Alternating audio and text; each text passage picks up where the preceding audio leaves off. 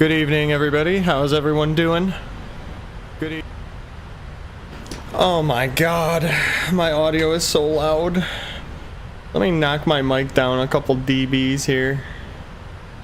I don't need to be blowing people's eardrums out. Anyways, how's everyone doing? Welcome back to another live stream.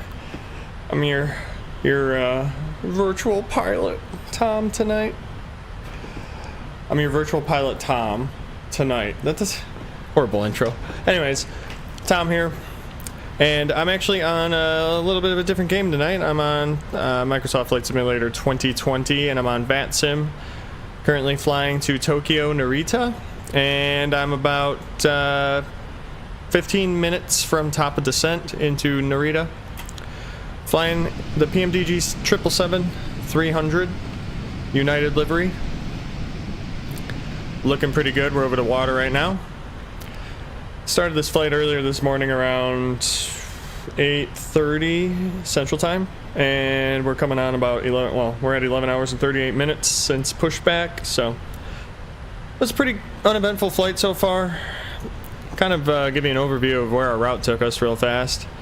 So this is gonna freeze, isn't it? Hold on, let me get rid of this traffic real quick, or else it'll freeze up on me. This is kind of what we did. So went pretty much north from O'Hare up into central Canada, cut around Alaska, about midway through Alaska, then came out over the Pacific, just followed the edge of the Russian air traffic control, so stayed out of that, which was nice, and then made it over to Japan, basically. So as of right now, we're in Japan's airspace. I don't know why I don't have their airspace on. Huh.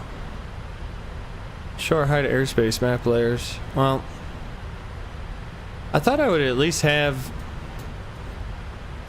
I don't know why it's not showing up. Well, whatever. It doesn't really matter right now.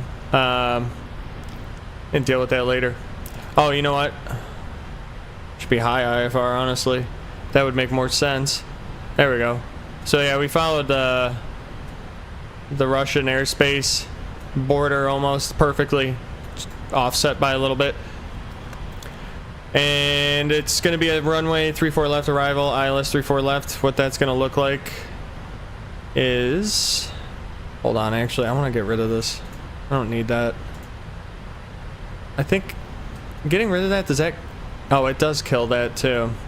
That's unfortunate. All right, well then on that note, I do want that up. Anyways, here's what the ILS approach looks like. So pretty simple. Runway 34 left here into Tokyo, and we'll probably just end up parking at Terminal 1. I'm not gonna try to find a real United gate. I'm not too familiar with the airport. I don't come here that often, but I figured I would do a nice long haul today, and this was the destination I chose for whatever reason. There's no real rhyme or reason why I choose these destinations. I said it in another video or stream where I'm actually working on completing all of United's flights from each of their hubs. So this was just one of the next ones on my list. I'm tracking it on a spreadsheet to make sure I don't duplicate. Drinking some whiskey again tonight. Different one this time, actually. I forgot that I left a package in my car, a Christmas gift from a coworker, so open that one up today. More whiskey. It's pretty good. Drinking it straight right now. It's strong. Tell you what, I have had one improvement since my last stream. So for Christmas I got a new monitor. So I got myself a 27-inch Asus something 4K. So it's pretty nice. It's supposed, I don't know why I can't get, I think my NVIDIA is set to limit it at 30, and I actually installed the monitor while I was doing the flight.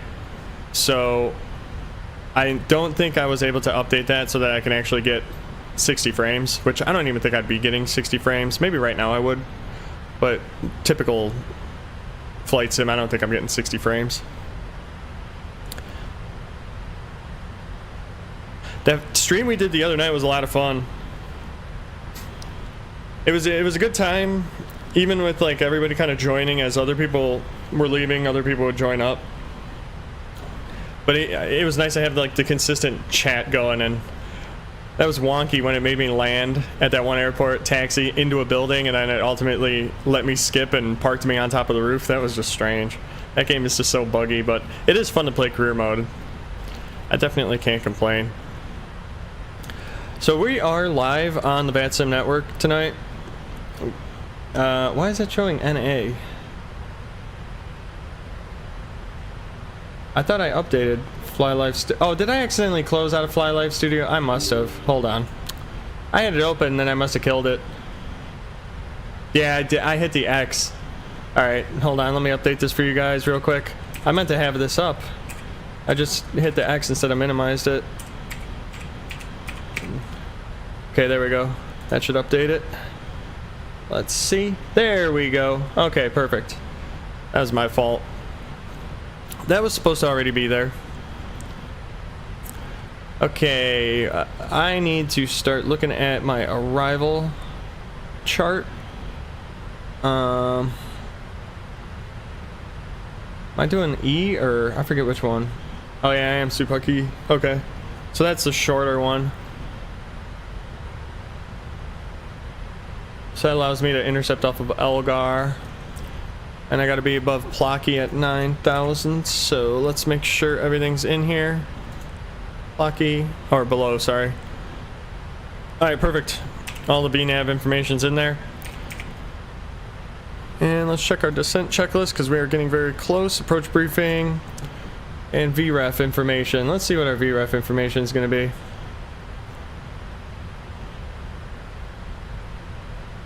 Why won't this show me landing? Oh, there we go. Okay. Alright, 34 left is the runway. The weather is pretty calm. 250 at 3.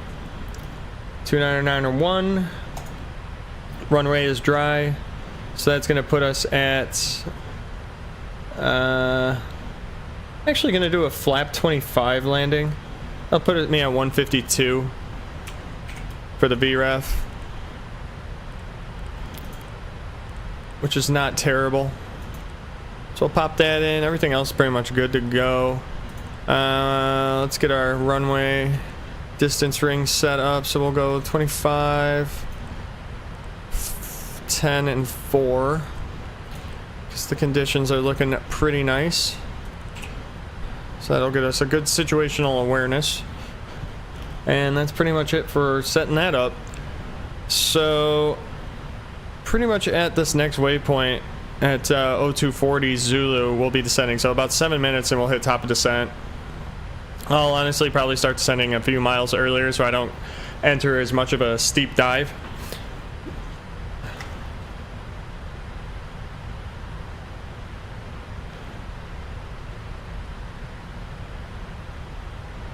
Okay, let's make sure I have everything pulled up and bookmarked that I need ready for this. As of right now, what's the traffic looking like in Tokyo? There's nobody even there. There's a guy that just is coming in inbound from South Korea. He's gonna land way before me and then I'm the next arrival. So, pretty dead. We'll probably be the only one there. So we won't even really hear any air traffic control or anything like that, but oh well. It is what it is. That's how it goes. Check it out. Man, I love this new monitor. It's so nice. I just gotta do a little bit of tweaking once I'm able to close out of the game. Goodness, this plane looks good. It's a big cockpit. A lot of room in this thing. Although those chairs don't look very comfortable to be sitting in for hours upon hours. Obviously they wouldn't hang out in there that long. Because you look like you're sitting like literally just straight vertical because you're against a wall. Or a panel, I should say, a wall panel.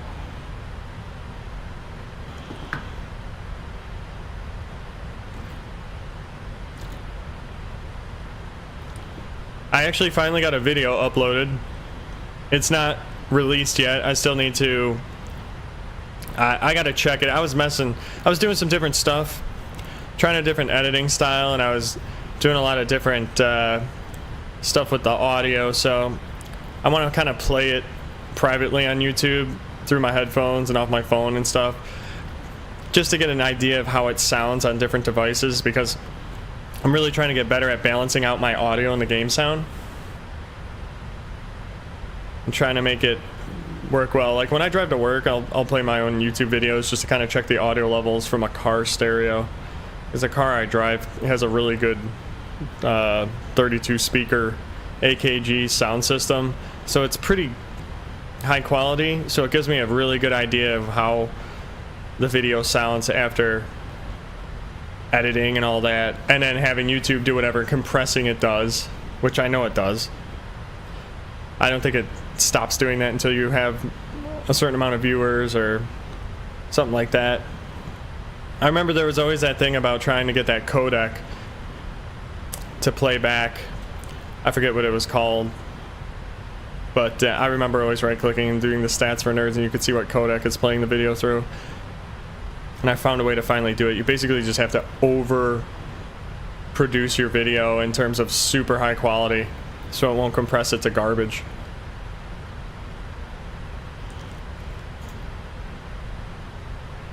Well, hopefully we don't have a super quiet night. I know this is kind of, well, I kind of did start it at my normal time. I feel like I always start around 8:30, so this coincidentally worked out really well. But it normally takes a few minutes for people to show up to these things and come and hang out. It could be, too, the fact that I'm doing this instead of career mode. Not a lot of people are searching this. Most people are searching career mode lately, so that's been good impressions whenever I do those videos. Let's see, what's a cool view in this cockpit? Oop, that is not what I wanted to do. 8. That's really boring. Jesus. Gotta reach with my other arm. Oh, this is a stupid view too. Interesting camera presets.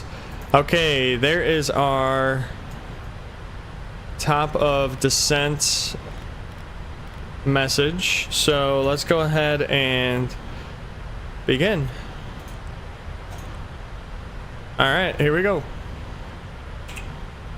I think I said the altimeter was 299 or 1. It's going to tell me I need drag. Why, what's my VNAV speed? 314. That's fine. We'll be okay. Got plenty of time to decelerate. So 299er1. Easy to set. Alright, and there we go. Slowly starting our descent into Tokyo. Still about 110 miles out, I would say.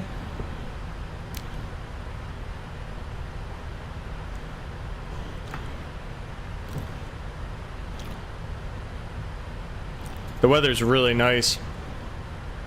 230 at 6, the winds. Or the wind. It's cold there.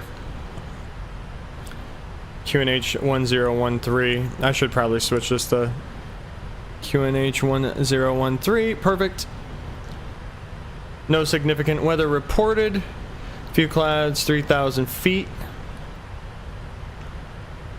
And, wow, 46 degrees. It's cold. That's Fahrenheit, too, so. Little chilly in Tokyo this morning. If we can even call it morning. She seems dark in my cockpit. Even kind of looks that way on the stream. That's fine. This game has a lot of HDR, especially with the sun. And I'm kind of going right into it, so it's going to wash out a lot of my cockpit coloring. Very shadowed.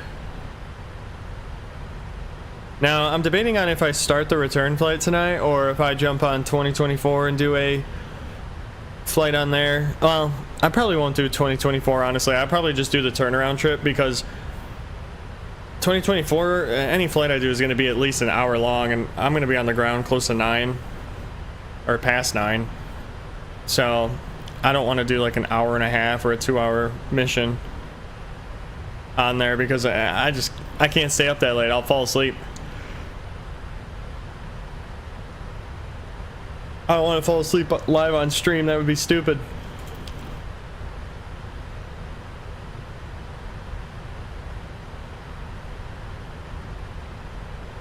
Okay, let me pause that. Switch my chat over. There we go. Alright. So we'll catch up with our descent path in a little bit. That thing's gonna zip on down.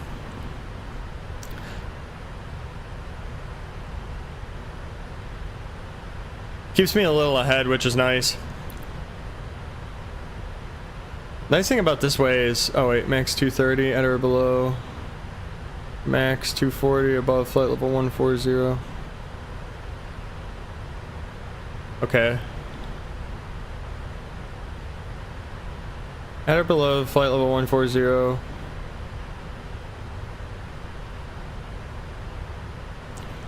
Max 240 at or above. Alright, so at 140, I have to go. So technically, I should be slowing up once I hit Supak, which isn't the end of the world. I mean, I could configure this if I really wanted to. So basically, at Supak, my max is 240. I'm honestly just gonna skip the speed restrictions. There's really no point in doing it. There's nobody online. There's nobody even flying here. There's no traffic at all. So I'm not gonna waste my time doing that. The other guy's landing right now that was in front of me, so he's gonna be on the ground already by the time we get there. So he'll be a no factor.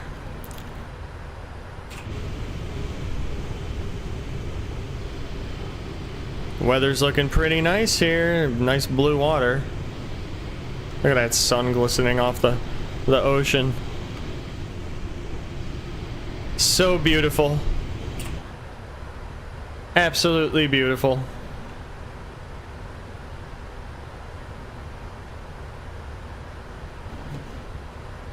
Gotta love it. Okay, there you go. Now our vertical path is catching up.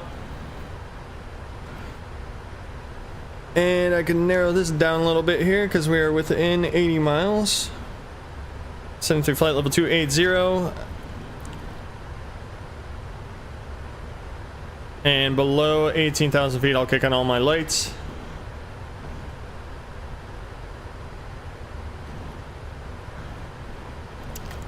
Oh. The real question is, do we hand fly the approach?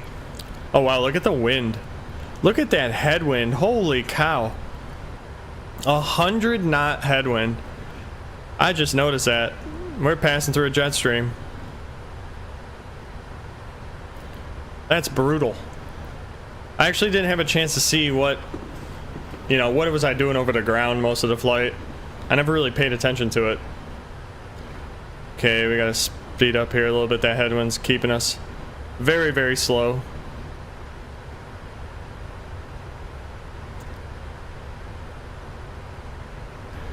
Yeah, so this will re-trigger after about 15 miles per hour difference, or 15 knot difference. Throttles will kick on, then I'll go back to idle. And we're going to be turning straight into that as a headwind here. Almost directly straight into it.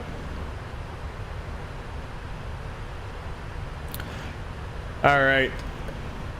The only other thing I need to do is set my auto brakes, and we'll do an auto brake.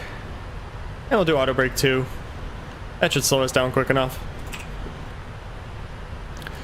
We got a pretty long runway with the terminal more towards the 2/3 portion of the runway, so auto brake 2, slow up, probably hit a high speed off, and then just roll right over to the gate. And then what we can do from there is just get the flight basically refiled going back to Chicago, and we'll get it reconfigured. I can go through that in detail if if I get anybody in here that wants to see that in detail, I can do it in detail from sim brief into loading it. And if not, I'll just probably go through it as quick as I can so we can get into the air. But we have that option. It seems like some people are clicking, but they're not hanging out. It's totally fine. I never expect anybody to join these things. I know I had a couple of users. Thomas Johnson's been frequent. VG Master's been frequent. Oh my gosh, I feel bad because I can't remember the other name. It's a longer name, and it's not like an actual name of a person. We were chatting towards the tail end of my stream last time on Thursday. I apologize, I forget what your name is, but if I see it, I'll remember you right away because I kind of remember your icon, and I remember it's 3 words.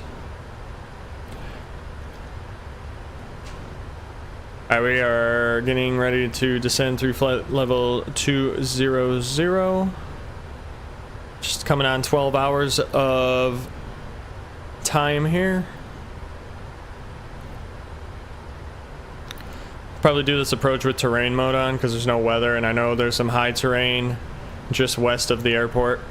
I saw on the minimum safe vectoring altitude not too far from the airport is like 10,600 feet, so definitely need to keep an eye out on that, although I could just follow the published go around procedure, and I do not think I'll be going around because there's the weather's really nice here, so I'm not worried about the approach.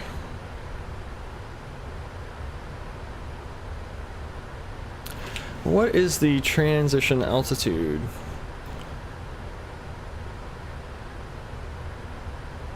$14, okay.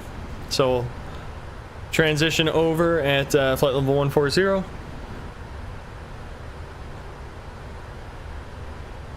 And again, I'm going to ignore the speed restrictions on the arrival for now because, again, nobody in the area, so not important.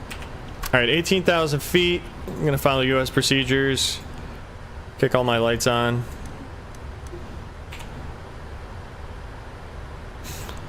And then we'll transition at 14, which it should remind me.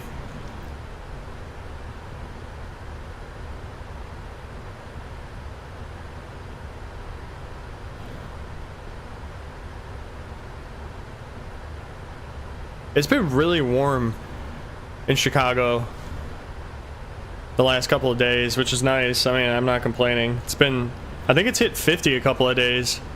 Today, I think it was supposed to hit 50, but I don't know if it ended up doing it. I was out earlier, grocery shopping and doing the Saturday. Oh my God. The Saturday morning routine. And it was still kind of cold and damp, so not the best weather. It's been very foggy because the temperature and the dew point have been so close. So it's just been gray and dreary and very blah.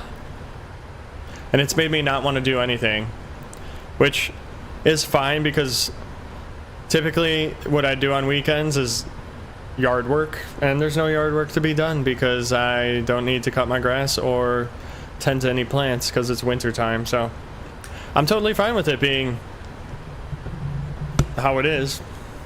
Just get to chill at home and hang out a little bit with the fam, play a couple of games every now and then.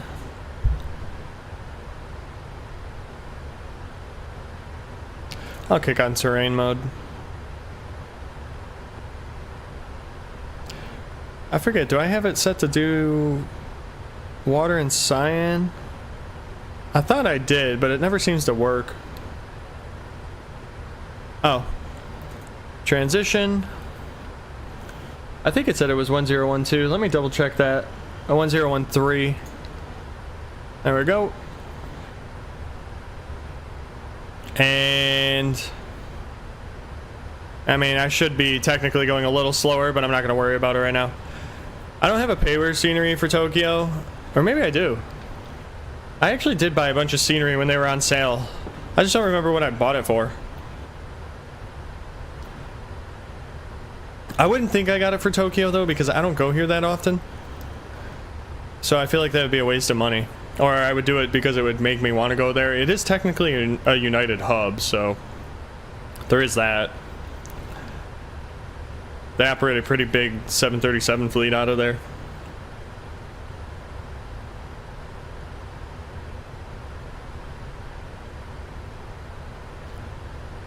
I wonder what this black line is. Just weird renderings, probably, of the graphics. Sometimes that seems to happen in this game. Well, it says I have 3 concurrent viewers, but I don't know who they might be. Unless my chat's broken. The chat could be broken for all I know. Good old YouTube. I think this thing's gonna manage its speed pretty well on its own, so I'm not even gonna have to probably do any speed breaks.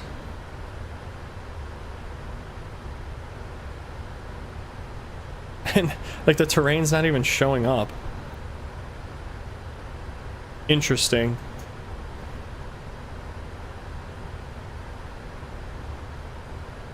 Not sure why, but should be.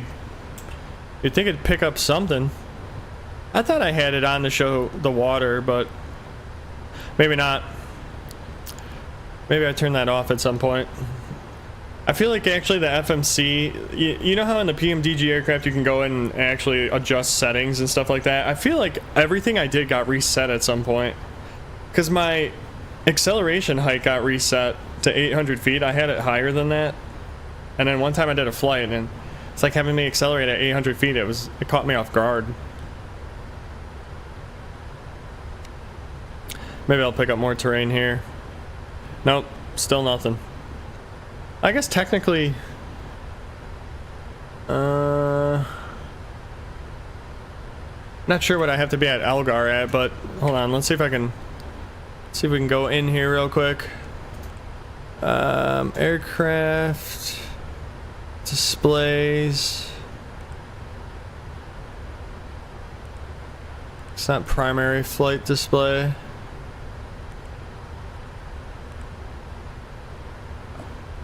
It's not ICAS. Huh. Equipment maybe? I don't remember where. There's so many menus. Not FMS. Acceleration height's good. I don't need packages. Bank angle. I mean, sure. Why not? GPWS. Terrain, water and cyan. It's on. But why is it not showing up?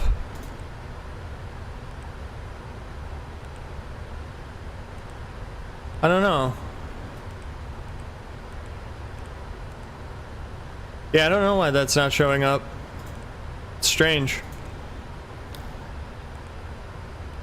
Oh well. Not the end of the world. Okay, so 9,000 here. What am I picking up Algar at? Oh, 4,000. Okay. So we need to keep going. Cruise on down there. The cabin's ready. We'll maintain 240. I guess the water and cyan thing doesn't work on the 777, although I could have sworn it worked before. So I'm not quite sure why that's like that. Plus, I should be able to change from terrain. Peaks. Is it options? No. Aircraft. You would think it would be displays. But no, doesn't look like it. I'm not sure why it's not in here. Or I don't know, maybe I'm on the wrong page. I don't think it's equipment. Yeah. Nope. Options, performance, maybe. Oh yeah, here it is. High, since by terrain to their terrain sweep. Man, I don't really need the sweep. Oh, there it is. Now I see it. It's just really hard to see.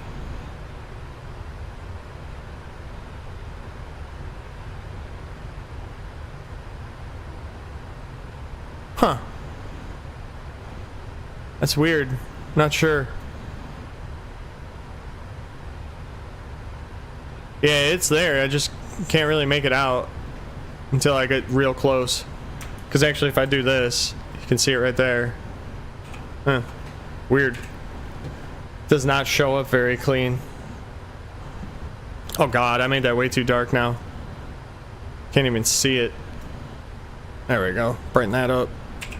Alright, anyways, let's check out our checklist. Our altimeter is set. Speed brake, we will arm it shortly and we will kick our flaps in a little bit. Not quite yet. Okay, so Corgi is our next point on the arrival. And then after that, we actually will be joining the approach, which is already pretty much configured. Man, it's dark on this screen. I wonder if I can mess with it real quick.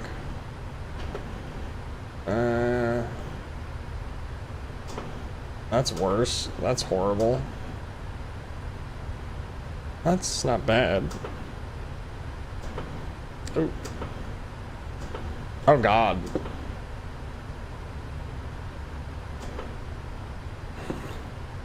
I'll try this mode. It's a little cleaner than scenery mode. I can actually see better.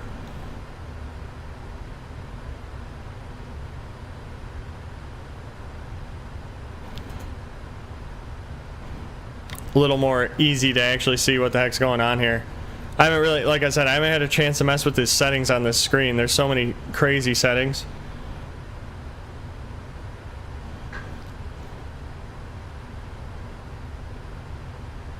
Alright, let's zoom this down to 10. And now I can kind of see the water.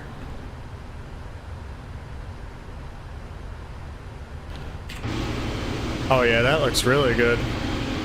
Oh yeah, this looks really, really good. I like this coloring. This is way better than what I had before. Much better.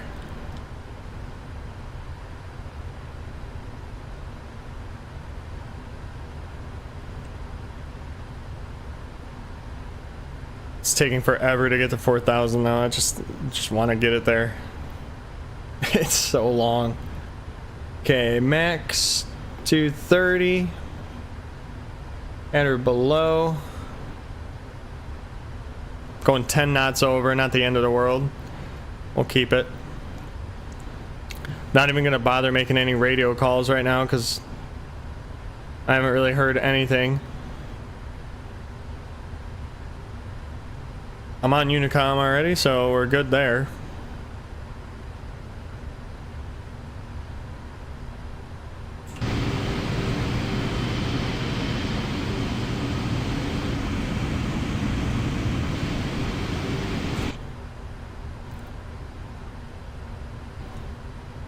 My God, I feel like we're barely moving. It just seems like everything's taking so long.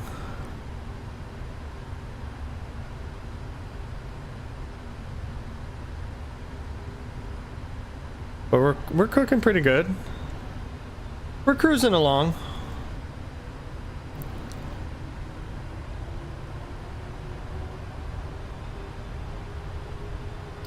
All right, turning inbound.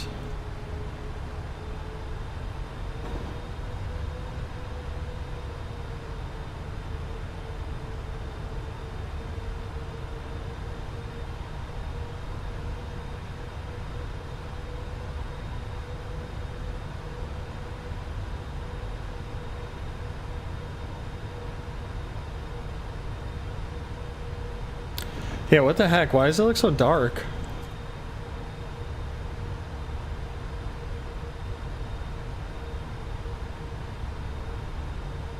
Huh. See if I can brighten this up a little bit. Hey, what's up, Mr. Itchy?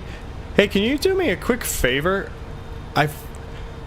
Is the quality of the stream, like, the resolution good?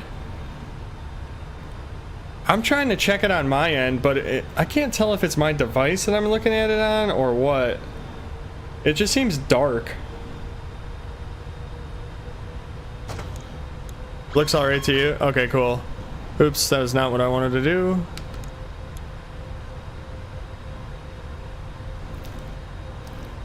Yeah, I don't know why. It seems very dark on my... well, I think my phone might be in yellow filter mode or whatever, but okay, good. If it looks good to you, then I will keep it. Yeah, the sun is behind me, so it is shadowing it a little bit. All right, we are about to intercept the localizer here, so let's kick that on and the glide path. All right, now that I have that kind of resolved, Makes me feel a little better with you confirming that for me. Okay, 4,000 intercept, that's perfect. Gonna slow down a little bit here.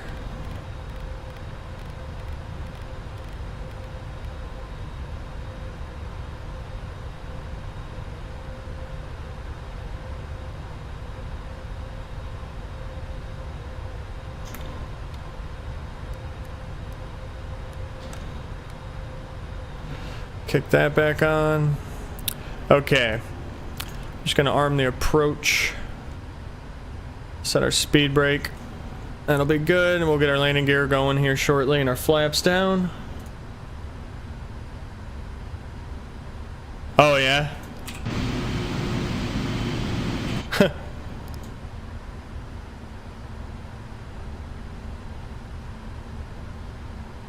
No, I'm actually, so ironically, I'm on Microsoft 2020, and I'm just doing a flight on VATSIM right now with the PMDG 777.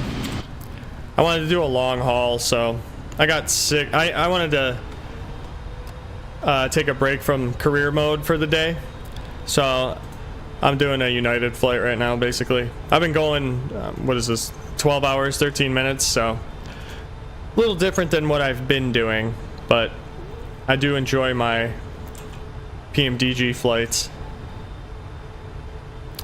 Okay, we are about to intercept the localizer here. Kick this back a little bit on the speed. Yeah, I know, 2024 is so buggy. And I probably won't do these type of flights until the PMDG products are moved over to 2024. I'm super picky. I love the realism of these planes. So it's hard for me to want to use something else. And I just feel like nothing else is quite as good as these.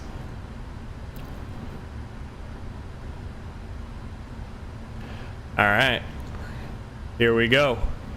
Intercept the glide slope. We're inbound here for ILS 34 left.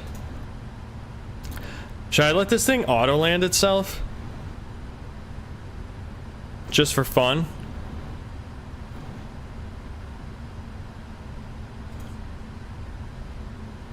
Oh yeah, I saw your comment.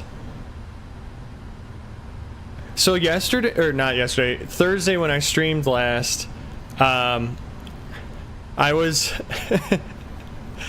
I was doing this mission where I landed at this one airport. I don't remember where it was. I think it was in like northern Wisconsin, or maybe it was northern Michigan. And the arrows to follow to taxi to get off the runway, like the whole short point that you have to stop at, it was literally inside a building. So they rendered a building on the taxiway where it was telling me I needed to go hold short, and then from there taxi to parking. So the first time I tried getting as close as I could to it, like inching towards it, to see if it would let me just skip to parking, and it said that I crashed. So then I tried it again, it said I crashed, and then somehow the third time we were able to get it to where I was able to just do the Alt-N or whatever to where it skips to parking, and it literally just spawned the airplane on top of the building, on top of these solar panels, and let me shut the engine down, and I passed the mission.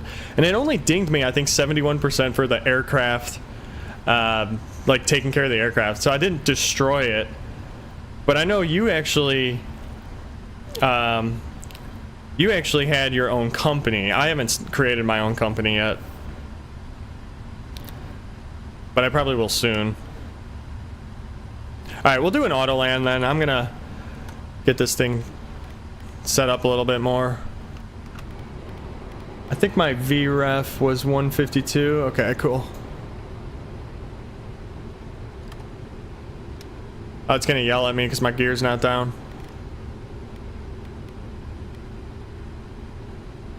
Oh no, now it's down. Okay. Alright, we got land 3. Alright, so we'll do an auto land. See what it comes in at. It's pretty, a little bit of a crosswind, but I think that's supposed to dissipate as we get lower. Flaps 25. Let's do our checklist once those reach there. Yeah, my auto brakes are set to 2. And that's it for now. Spoilers are armed, auto brake set to 2. And we got rollout and flare armed, and land 3. Wow, looks nice in Tokyo. It looks really good in Tokyo. Maybe I did buy a payware scenery for here. I don't even know. I don't think I did though. You can tell from the control tower. Looks like some default weird polygonal control tower.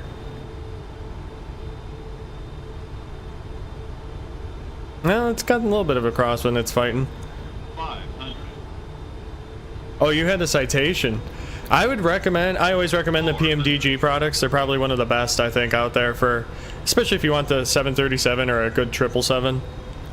300. Wow, it almost looks like it's going to have me land on the displaced threshold from this view. We'll see.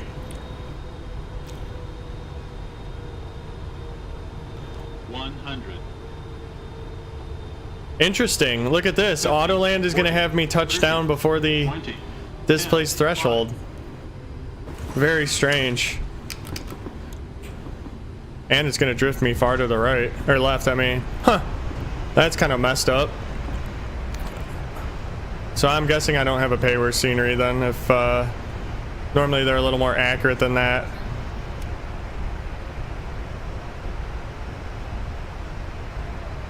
Alright. Get off over here. Yeah, that's weird. I've never had a auto land have me touch down before a displaced threshold like that. But still was smooth. I would have to think that's probably something with the design of the airport. More so than the airplane. Alright, cool. Alright, I'm gonna find a gate. Well, I would imagine some of these gates over here on the external section have to be heavier gates. So let's see. Oh yeah, in this rotunda thing here, there's got to be heavy gates. So we'll go to those, put up our speed brakes, turn off our landing lights and our strobes and our wing and logos, and kick the APU on. I'm just gonna probably park at one of these. Yeah, this is a default scenery. I definitely don't have payware here. Yeah, definitely a mismatch, although whatever. At least I've had some where it's like doesn't even line you up, or it touches you down so far from where you actually should have touched down. That's when you know you got a problem. Where's the... Oh, I was gonna say, where the heck's the jetway?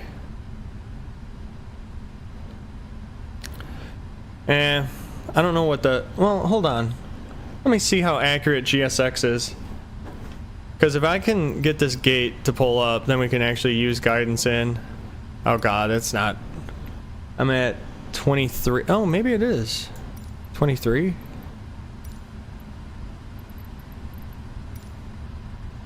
Is it right here? Nope. Okay. Well, I gotta abort that parking then. I thought it would be right here. We'll just park. My charts tell me that this is actually the right spot, but it seems that it really isn't. Isn't it funny how it shows like outlines of airplanes from when they did the satellite imagery? They must have used a lot of AI to make this game, because there's a lot of stuff messed up on it that doesn't make sense. Okay, cool. Our generator should be running, so we can go ahead and shut down our engines and complete our flight.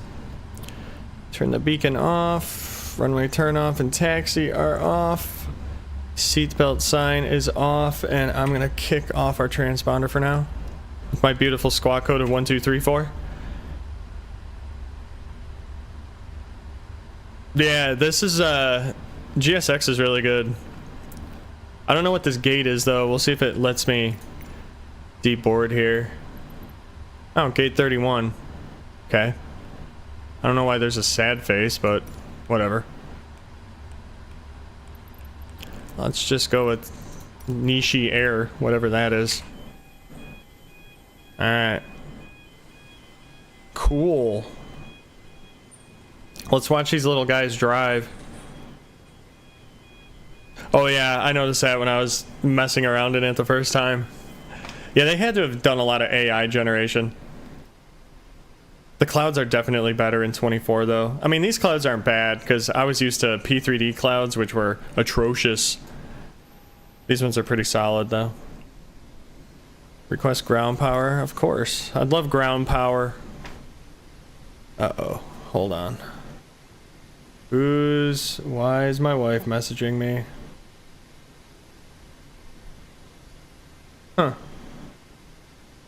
Interesting, my internet keeps dropping upstairs. Yeah, the AI air traffic control and taxi instructions are terrible too. Those just irritate me. Okay, okay, that door's open. And disarm. And ground connections. Got ground power. We got wheel chocks on, so we're good. Okay. Let me make sure this got filed with the airline. That actually wasn't too good of an auto land rate. That was a pretty stiff landing. Well, next time I'll do a manual landing. Alright. I need to get the... Oh, what the hell? It logged me out? Really? Okay, hold on. I gotta log in real fast. I need to get a flight set up. The return flight real quick. What is my email? I don't remember which email I used. There we go. I gotta log into the virtual airline website so I can access their schedules so I know what type of flights I can do. The passengers. Their voice. The voices are so annoying how they pronounce stuff. Captain, don't disconnect me from the internet. Yeah, the AI voices are almost laughable. Alright. We are gonna go Tokyo to Chicago. Should be relatively quick compared to this flight. And all I have is all Nippon Airway flights, so interesting. I guess United doesn't fly there on Saturday. Or something. Generate myself a sim brief real quick.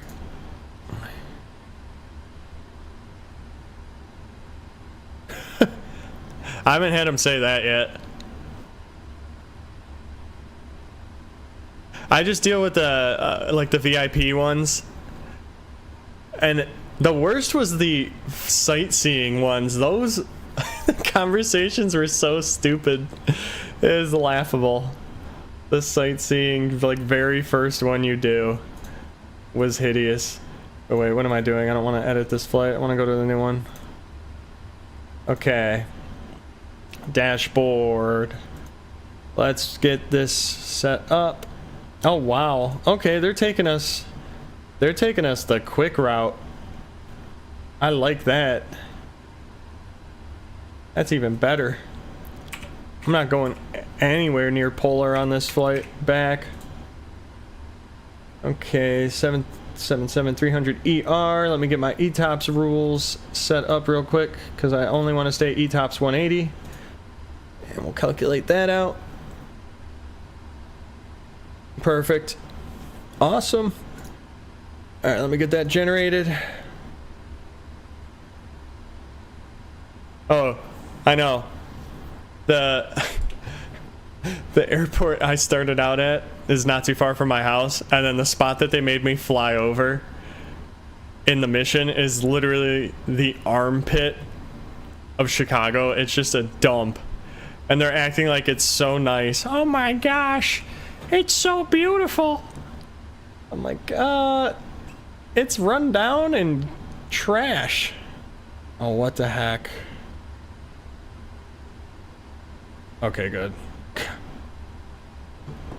Thought somebody was breaking into work. Alright, I'm just getting this stuff all set up on the other screen, so bear with me. Actually, you know what? Let's watch them unload. Oh, they're done unloading. Look at that. They're fast. There's a little... Oh, look, that guy pushed back. Okay. Nobody's communicating. I love it. And let me get this set up in here. Export that to the sim. Okay, cool. We can actually start configuring this thing. Let me go back to the iPad. Or the EFB, whatever you want to call it. And let's get some new data. Got our new route in there. And am I still unloading passengers? I couldn't tell. Yeah, we are. Oh my god. That's gonna take forever. How about just stop? I'm just gonna restart. Because it's gonna take forever for them to unload. Alright, get GSX back up. Blah blah blah, loading up. Cool. I've actually never seen that before. This parking is Let me bring this back. This parking is too small for your aircraft. Yeah. I don't care. Alright, perfect. Is the jetway still attached? Cool. Even better. Alright. Let's reset our... Oh, I gotta turn the fuel pumps off. I'm gonna leave the hydraulic pumps on because I'm actually basically just doing a quick turn at this point. Alright, normal.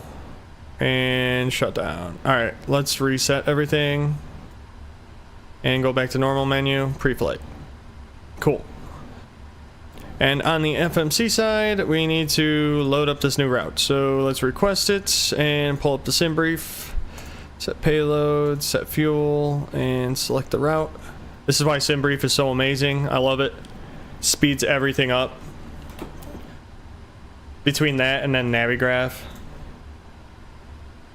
Charts. Oh, best thing that ever happened to flight sim. I love it. Okay, cool. That's all loaded. We'll unload this, get that flight in. There we go. Load that up. Get Volanta loaded up.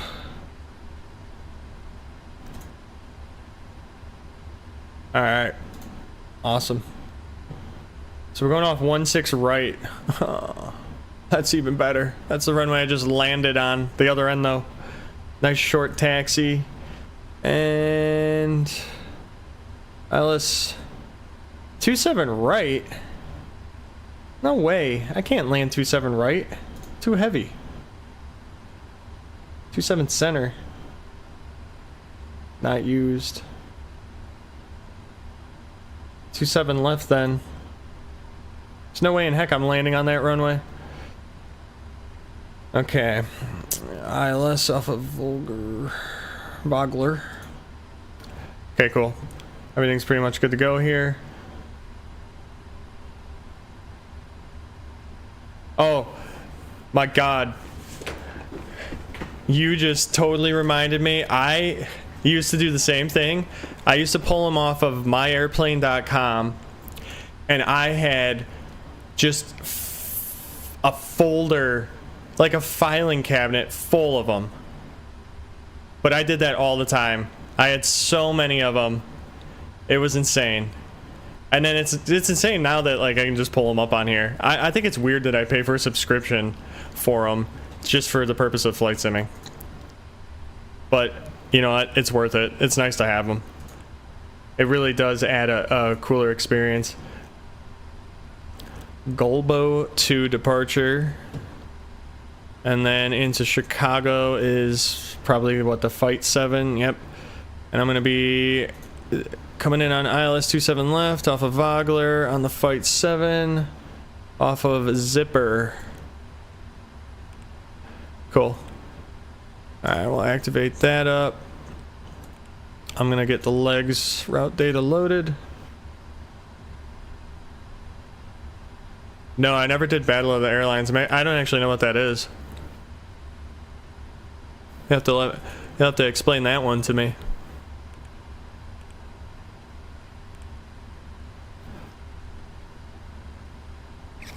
load. Okay, cool. All right, let's get performance data. Accept. 0 fuel weight. Let me see what my takeoff numbers will be.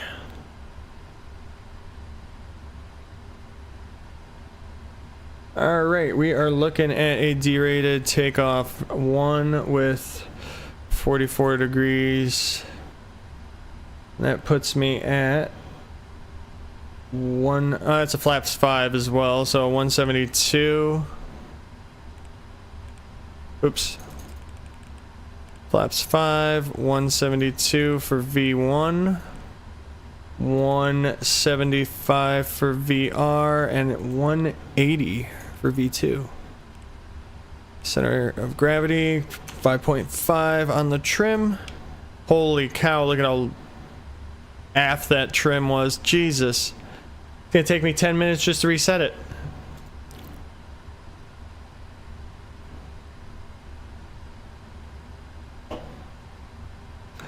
Come on. Any day now.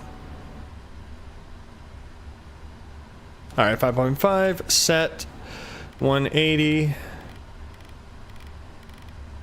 Set there. And 330 is our initial. Oh wow, so they did in 04. I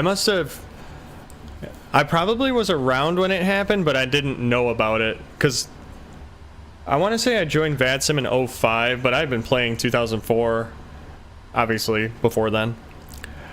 So yeah, I probably missed it. That would have been cool, though. That was, back then, I used to always do the fly-ins. Like, and then I controlled a lot back then, too. I used to control all the time at O'Hare for the Home for the Holidays event. That was always a fun one to do in December. And it was always snowing, I feel like, back then when we did it.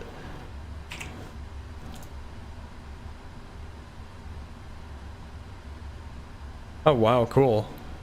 Did they actually have some giveaways for that one? Because I remember they did a poker chip run one time. I forget what that was for. It might have been for a Across the Pond, potentially, but they actually had like gifts. I remember somebody won the Level D 767. Which was pretty cool, because that thing was expensive at the time. LNAV, VNAV. Is this an LNAV departure? Yeah, it is. It is an RNAV departure. Okay, cool. Alright, so we got the APU on, so we might as well just push back, because I'm not going to turn it off. This parking is too small. Request pushback and departure. Let me get my aircraft centered on my map here. Okay, we're gonna push back tail. Well, push back to the left. Shut all the doors. Ground ops, doors, close all. And then arm all. There we go. Ground connections, remove chocks. Sure, whatever. Whatever you want to handle me under. Departure clearance is requested. Fuel pumps are coming online. Beacon is online. Seatbelt sign is on. That should be good for now. Let's check our pre-departure. Why's my parking brake not set? It is set.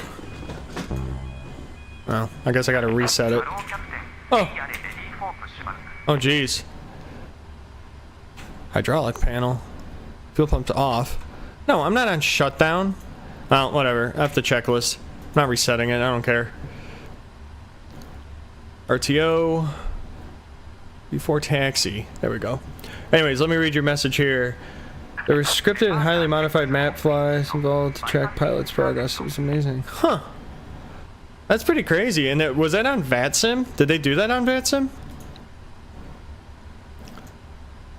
Oh, my flight director's not on. I'm like, why is LNAV, RNAV, LNAV, VNAV not RNAV? LNAV, VNAV not armed? No, it wasn't on VAT. Oh, okay. Huh. That's pretty cool.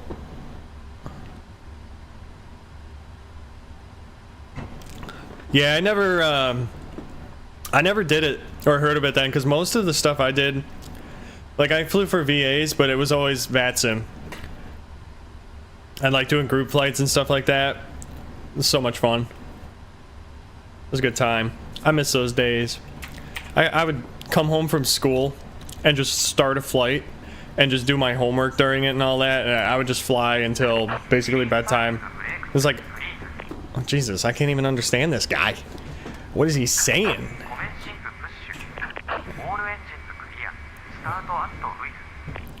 Start him up? Is that what you're telling me to do? Alright, buddy. We'll fire him up. Let's get him rolling. I'm gonna start my left or my right engine. I like I changed liveries. That other plane's gone. It's a nice day here in Tokyo. Looking pretty good. Nice and bright. It's cold. Hey, Delta Airlines. Welcome to the stream. Hey, you're a new name around here. Thanks for stopping. Thanks for clicking on it, first of all. I appreciate that, because I know when you see like one person viewing, there's not much of an incentive to click.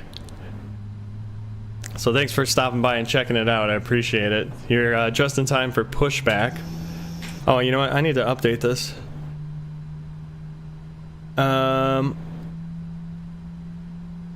We are now doing the inverse, so RJAA to KORD. Oh, sweet. Thank you for subscribing. I appreciate that. Very, very much so appreciate that. I am definitely trying my best to build a little bit of a flight sim community on my channel, because I really want to start doing group flights. I think that would be cool. Especially on VATSIM or something like that. I just always thought it'd be funny to have like 100 people all flying at once. That'd be really neat. Like giant subscriber fly-ins or something like that. Alright, so that engine is up and running. Let's do our left engine. Oh, thank you.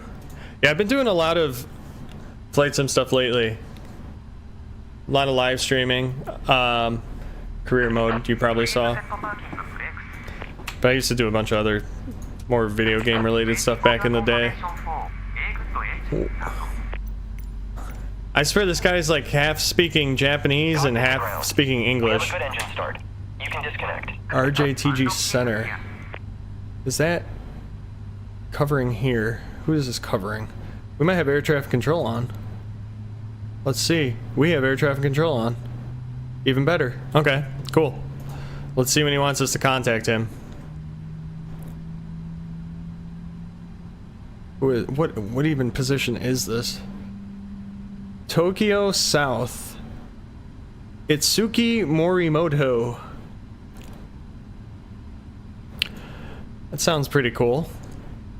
Hopefully I can understand him. I have a hard time understanding over like the voice chat a lot of the times.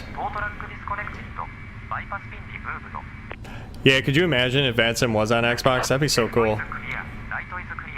There would probably be so many more people than on the network if they were able to somehow find a way to make that work.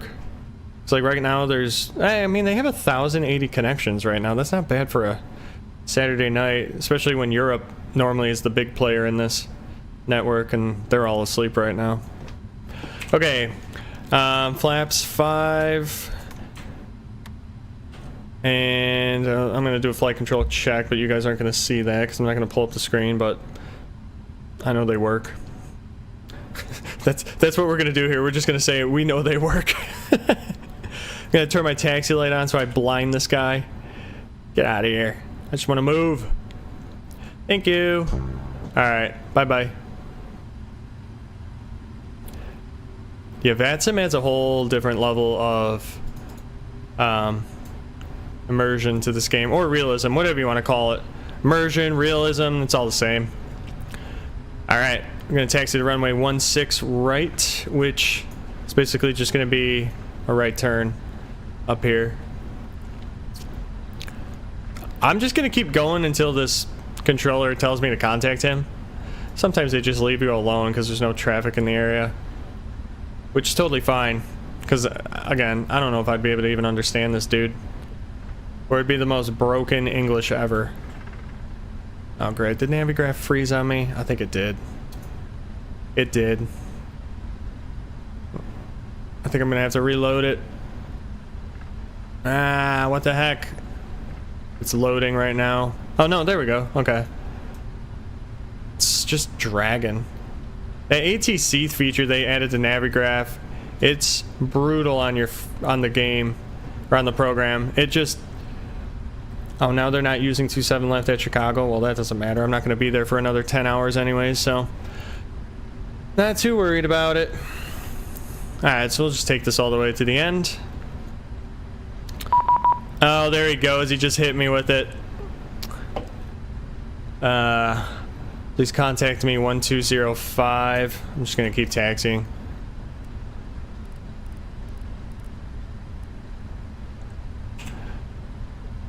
Oh no, 1205, not 121. Alright, hold on, we're gonna have to talk to this guy. See how well we can understand him.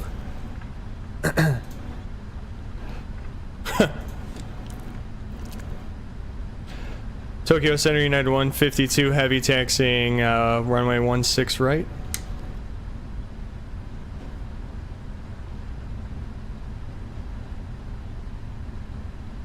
I wonder if my mic got jacked up here. Did you even hear that? Oh, it's working.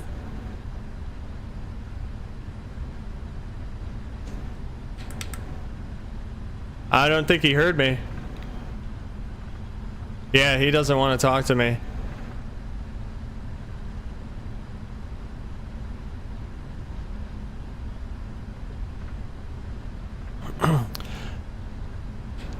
Tokyo Center United 152 heavy on the ground at Narita, taxiing 16 right, just coming up to the end.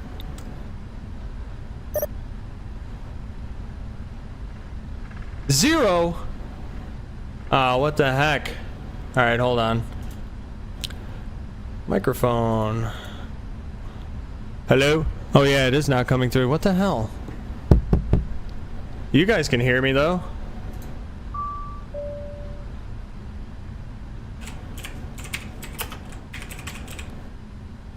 Let me restart the client.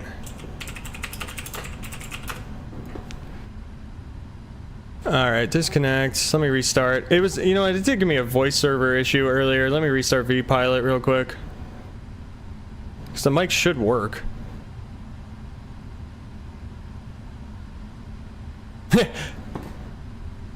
Yeah, I can hear it. You guys can hear me perfectly fine. Alright, do I need to refile? I shouldn't have to. I might as well refile though, just to be safe. Alright, let's do that real fast. There we go. It won't let me. Okay, good. So that means I'm... Tokyo Center, United 152 heavy radio check.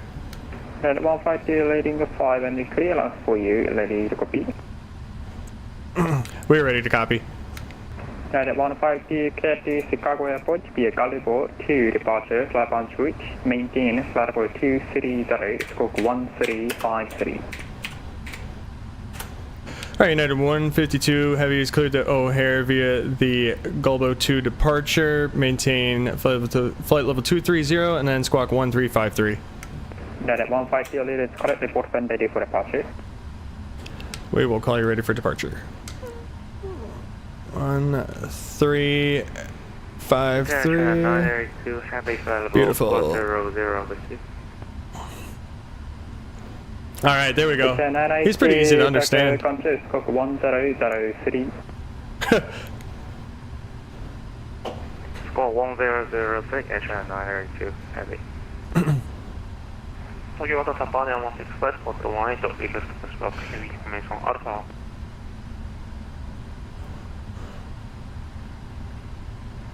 Alright, we are ready for departure. Look at this. God, this actually looks really good. I like it. And United 152 heavy is ready to go 16 right. United 165 to 2830. Question Kenneth 29901, runway 16 right, unit 230 at 8 clear for takeoff.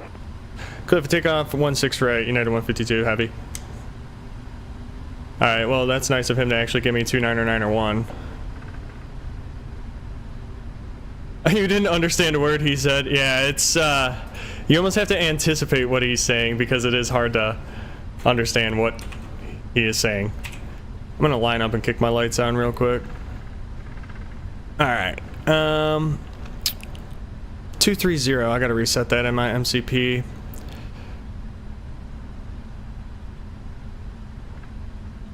Okay. Let's reset that real quick because I don't wanna accidentally bust that altitude. Let's kick our lights on. And alright, ready for takeoff. Let's go. Asian 982, later contact Mile East of Niigata, media startable 400. Alright, Toga. And we're rolling. Airspeed's alive. Yeah, he's quick. He's hard to understand a little bit. I can like, I partially just pick out the important information. 80 knots. Which basically was the departure, the standard departure that he cleared me on, the altitude, and the squawk code. That's pretty much all I read back.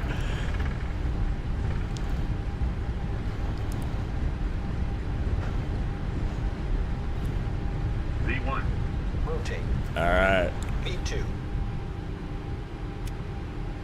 Positive A rate. little bit of... Alright, gear up.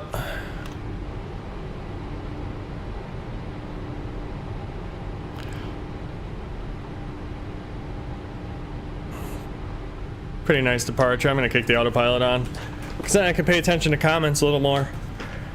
Oh, I should zoom this out one. There we go.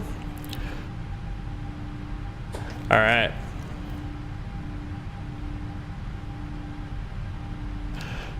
Nice smooth departure out of here.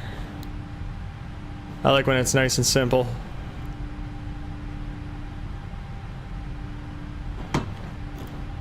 He's probably busy, but he should radar contact me shortly. I'll let him talk to me. I'm not gonna wait. Oh, you know what? I never shut the APU down. Not that it matters. It's like, oh, well, now we're not gonna make it. We're in a fuel deficit. Tokyo Center, United 152 Heavy, airborne passing through 2,800. United 152, Tokyo Control radar, contact clear direct Garibo, climb flight level 230. Climb flight level 230 and we'll continue on the departure, United 152. United 152 and the direct Garibo. Direct to Gulbo, United 152. How nice of him. Now he's giving me shortcuts. Look at that. Saved me a lot of time. Here's what I would have had to do. I would have had to fly this. But now he's just letting me go straight to there. So that's cool. I thought that's what he said. I just didn't know if he... I didn't know what the hell he said. Well, thank you, Mr. Itchy. I'm going to try... Obviously, I'm not going to stay up all night for this, so I'll let it fly overnight and wake up in the morning and probably stream the landing. Or possibly stream the landing. It depends on when I get to Chicago. I'm not even paying attention. I need to get my flaps up. Because I'm at acceleration height. Yeah. Welcome to the stream. Arav Gade. Sorry if I butcher your names. I apologize in advance because I'm the worst at this. Oh yeah, I remember that, Mr. Itchy. I remember having the autosave feature. I downloaded that off of Aviation. Because I used to hate when Flight Sim would crash the desktop midway through a flight, and I didn't save for. You know, the last save I did was 3 hours prior. And then I got that autosave thing, which was the best. At least we don't require a high-speed climb, that's nice. for the 165 whiskey and Well, I'm just gonna refer to you as Gade because I can pronounce that easily, but I appreciate you clicking on the stream, stopping by. Question. Yeah, Delta Airlines, you should get the 777. Ah, good day. Good day, okay. That's easy. Thank you for that pronunciation. That definitely helps. Good day. God day. Is it God? Yeah, God day. Okay. But yeah, Delta Airlines, highly recommend getting the PMDG 777. It's amazing. It's super, super nice. I mean, everything is so real on the thing. It simulates everything so well.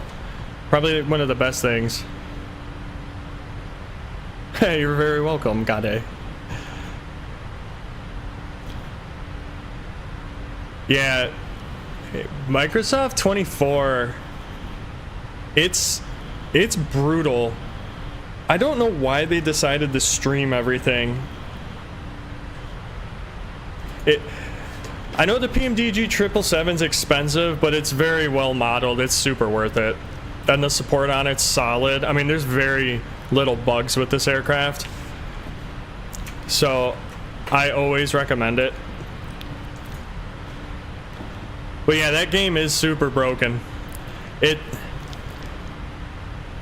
doesn't run the best. That's why I'm doing this on 2020. I mean, I don't really... I want to use this aircraft too, so until they port this over, you won't see me flying long hauls like this. You probably won't see me doing anything but career mode on 2024 until they start bringing some of these aircraft over. Unless we end up doing a group flight or something where we're just messing around in GA aircraft. But I'm too obsessed with these realistic modeled aircraft. I could never not fly with them. Anyways, I guess I could complete this technically. Alright, cool. We're caught up there. VNav, climb. Just for fun. 5,800, well, I'll call it 5,900 miles to go.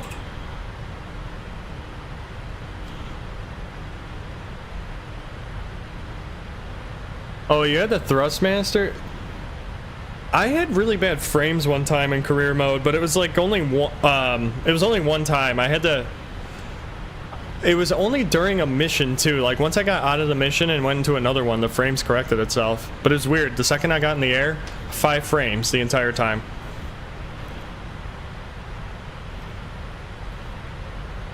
But yeah, there's still a lot of bugs. I mean, the fact that you can't even control or set the control axes properly because you can't even see how it's reacting. It's just, it's really goofy.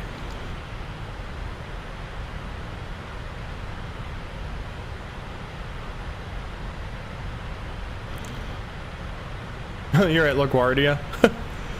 Oh, and that's in 2024, right? There's so much stuff bugged out.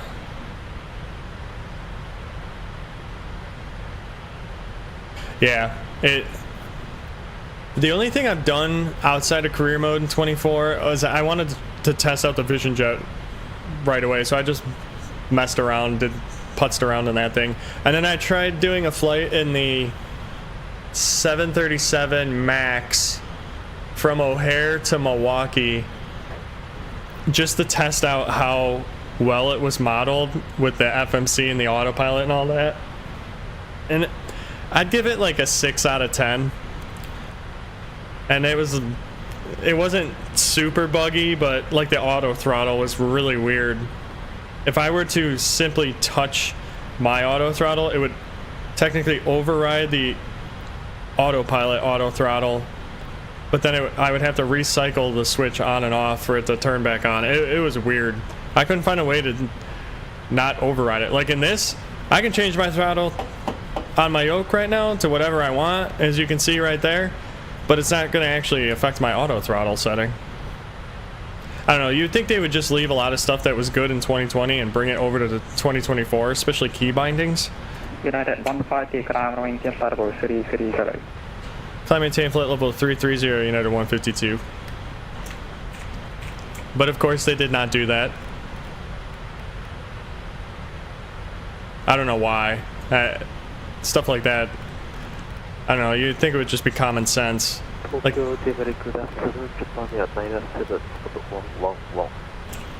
Like setting the altimeter since as far back as I could remember, all the way back to Flight Sim 98, if you hit the B key, it would set the altimeter to the current altimeter for the weather, where you were. It was that way through all of the flight sims, and then all of a sudden in 2024, it's something else. I don't even remember what it was, gear down or spoilers or I don't know. It didn't do what I thought it would do.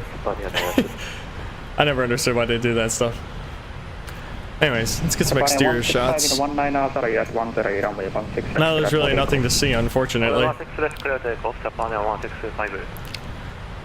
I mean, this is the route. So there's going to be a whole lot of. Well, it would help if I did this.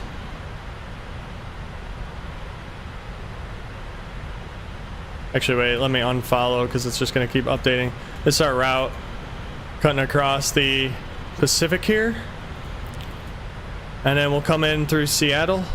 Actually, we're going to go right over Seattle. And then just dip down. You're leaving my space when you're taking on 123.8. 123.8, bye-bye. Bye-bye. So this guy's airspace ends. Oh, it does go kind of far out, though.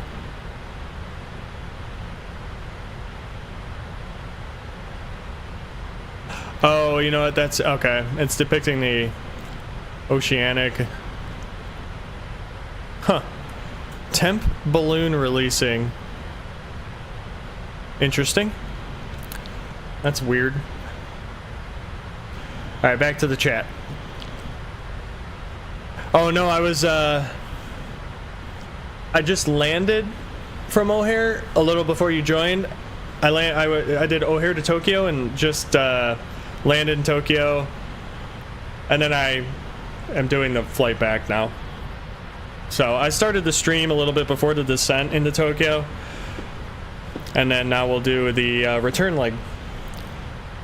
Yeah. I could see that. I mean, yeah, Lake Michigan.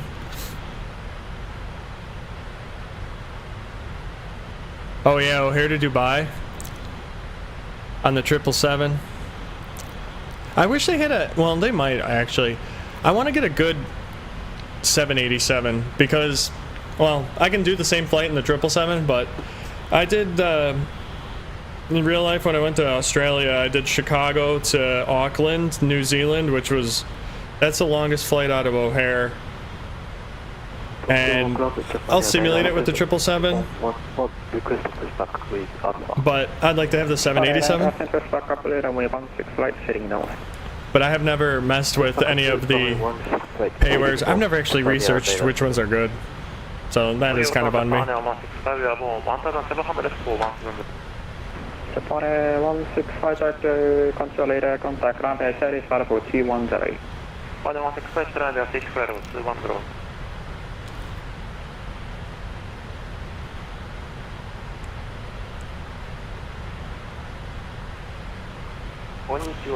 539. Oh yeah, because they're doing Heathrow to Sydney with the 787, and then they're doing was it New York to Brisbane or New York to Sydney with the 787? I forget. They're supposed to, Qantas wants to start a O'Hare to Brisbane leg in the 787, which that would be really long. But that flight Chicago to Auckland, that was super long. It was like 17 hours and 48 minutes long. But thankfully it went by pretty quick. Confirm Cathay 539. Well, if you... Cathay 539, What's kind of cool though with Delta Airlines, you have the A350. One of my friends flies the A350. He's A350, A330. But yeah, I don't know. Number 1, Cathay 539. Because you have some pretty cool options, I think, even from Africa.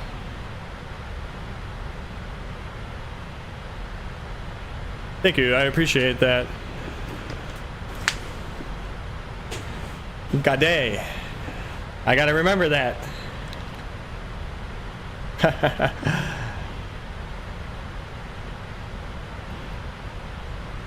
The A350 is such a cool plane. I'm not very familiar with the Airbus systems.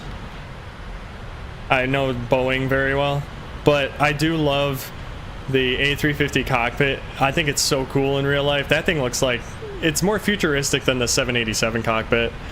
And then the wingtips on that plane are so cool. That new design that they did for it. It's just it's such an aggressive looking aircraft. It just looks, you know how people say some cars just look really good?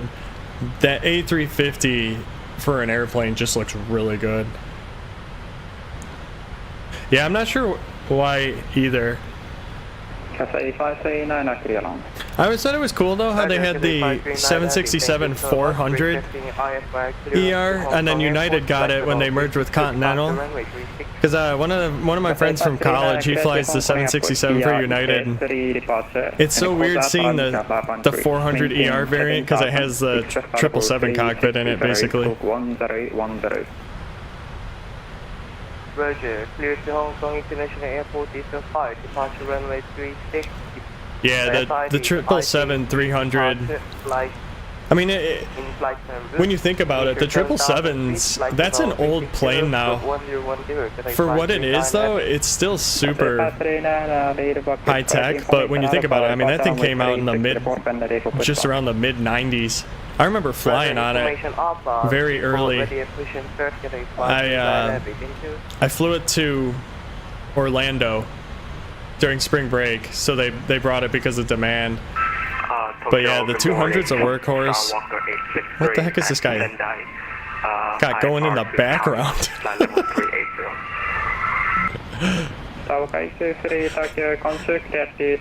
like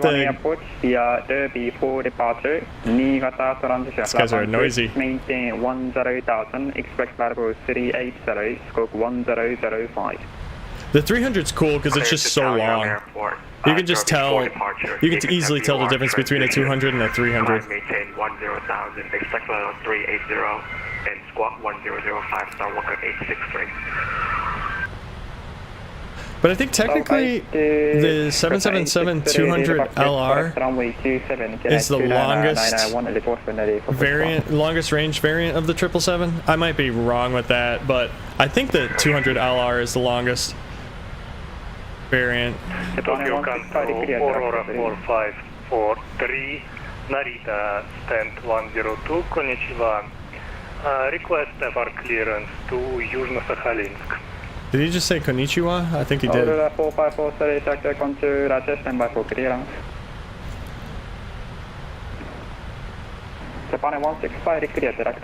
All of a sudden it got busy over here. Huh. I wonder what time it is locally in Japan right now. I have no idea. But this guy got busy all of a sudden. A lot of talking. We're almost at 330. Yeah, somebody will probably make a, well, they might already have an A350, a pretty good modeled A350.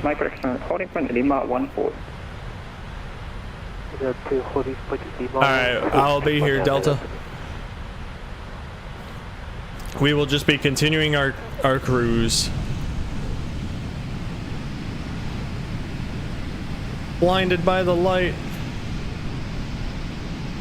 Well, we're gonna be seeing nothing but a whole lot of water for a really long time, unfortunately. Let's see, when's our first step climb?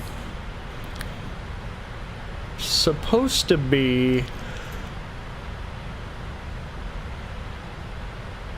45 north, 170 west. That's not for a while. Yeah, we're not going to be step climbing for a long time. I mean, I can look here and be nav. Yeah, 1,500 miles. It's 3 hours. I'll be asleep by the time that happens. So, by Tuesday, back up runway 27, KNH 29991. Yeah, we're literally going to be over the middle of nowhere. Wow. I'm going to pull up the weather real quick and look at the significant weather.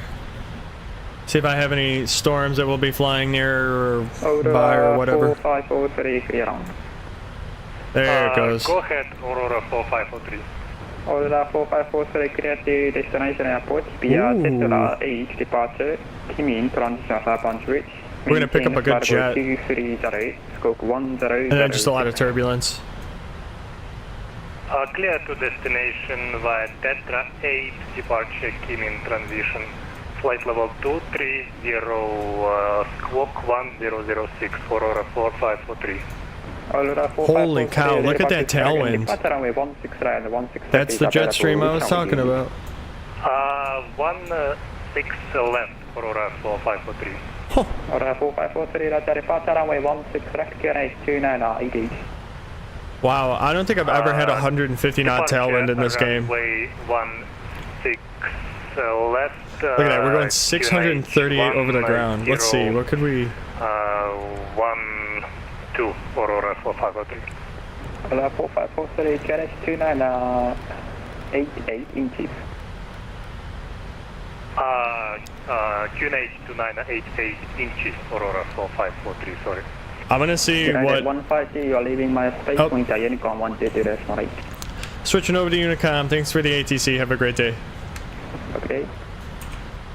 I'm so nice. No, I always say that. I have this... That's always been my thing, ever since I was on VATSIM, to the point where when I started taking flying lessons in real life, I used to say that to the air traffic controllers. And my flight instructor would be like, why are you thanking them?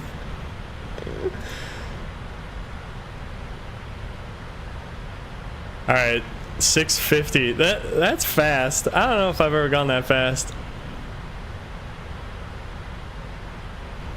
Good God, 151 mile per hour tailwind. That's just insane. Let's cruise at 855. Take advantage of the tailwind while we got it. I mean, we're cooking. I have a picture coming back from New Zealand that I took because we clocked. I'm gonna see if I can find it on my phone real quick. I want to get the exact number. I just gotta scroll pretty far back, real fast here. Back to the COVID days, which I don't want to be reminded of. Okay, here it is. Auckland to Chicago, 39,000 feet, 700 miles per hour over the ground. Because we had such an insane tailwind from this jet stream, we got home so fast, but it was so bumpy. The entire time we were over the Pacific Ocean, just moderate, like coffee spilling turbulence, just constant. But we were going fast, so it was fine. Got home really quick. I remember I watched the entire Lord of the Rings trilogy on that flight, and I still had an ungodly amount of time left to kill after that. And I was so disappointed. Because I thought we'd be so much closer. Man, we're gonna ride this jet for, I mean, at least 1,500 miles. So that's pretty good to be getting pushed an extra 150 miles per hour for 1,500 miles. That's making up some serious ground. What is our block time, actually? 11 hours and 10 minutes. That's really fast.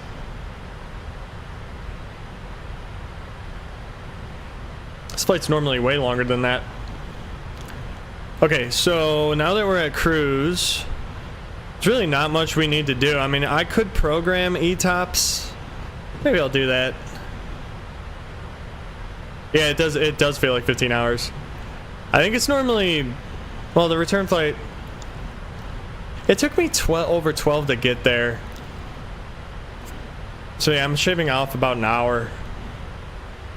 Maybe a little more than an hour, maybe an hour and a half. Okay, ETOPS. So ETOPS is extended operations. It's basically, let's see if I can show you this real quick. So it won't show it on, well, hold on, maybe it'll show it here.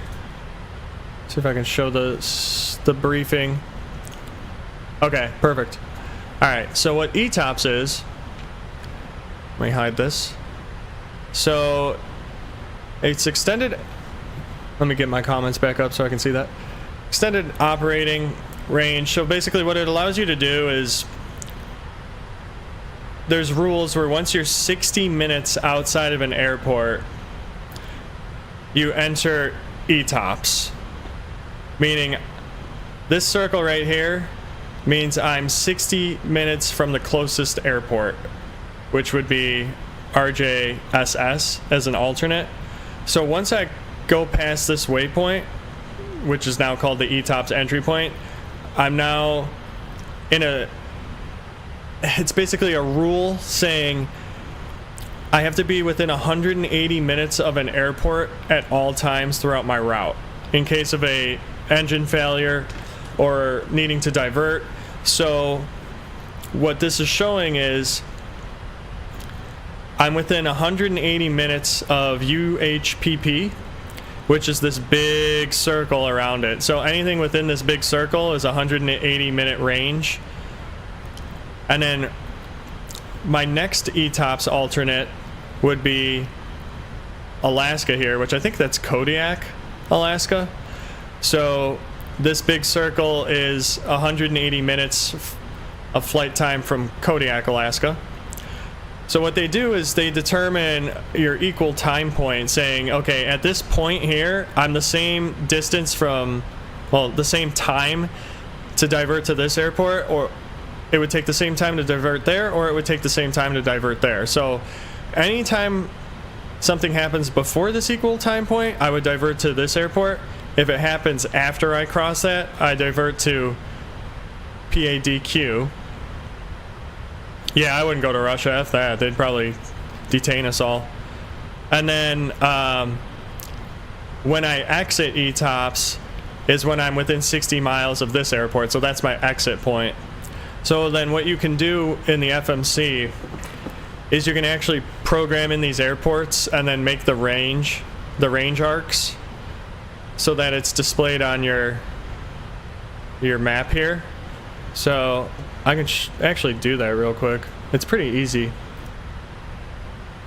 Let me pull up the info real quick on my flight plan. Okay, so our entry point is RJSS. Oh, that's the airport that we're entering it from. So if I go to the fixed page, I can actually enter all this stuff in. So the entry point is a lat and long point, actually. So it's north 3702.4 and west 17856.4. So boom. Okay, so we can't see it yet, but it would just be a point on this route. I might be able to see it if I go to plan. No, it still won't show up. Actually, if I step it, hold on, let's do this. That's a step climb. Oh, why is it not showing?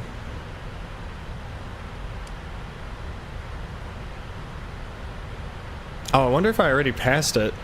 I might have already passed it, actually. Well, here, actually, here's the next way to find out. So then we'll do the range arc from our alternate airport, which is, let's see.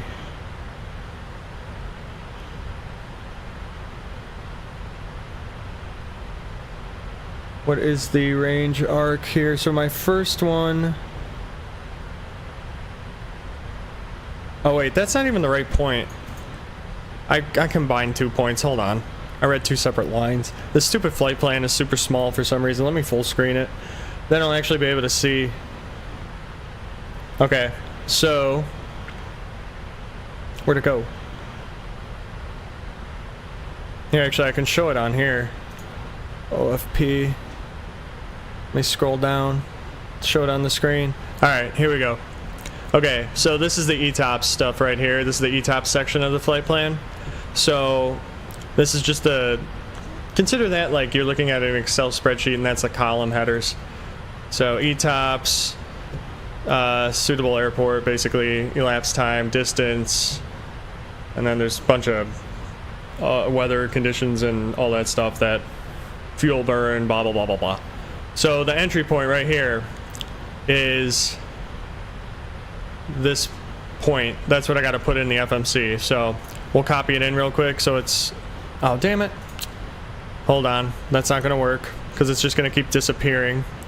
So I got to type it from my other screen. So it's north 3702.4 and then east 15009.6. Okay, we should see that. There it is. Okay, so now that's our entry point. Once we cross that point, that means we are now under ETOPS flight rules, basically. So then we'll make the range ring off of our first alternate, which our first alternate airport, unfortunately, would probably put us in the gulag. And that is... actually, I'm going to do 2 things. I'm going to make the range ring. So that's a 10,075 mile range ring. And then the actual equal time point that I want to make is north 4315.6 and west 17856.4. Okay, cool.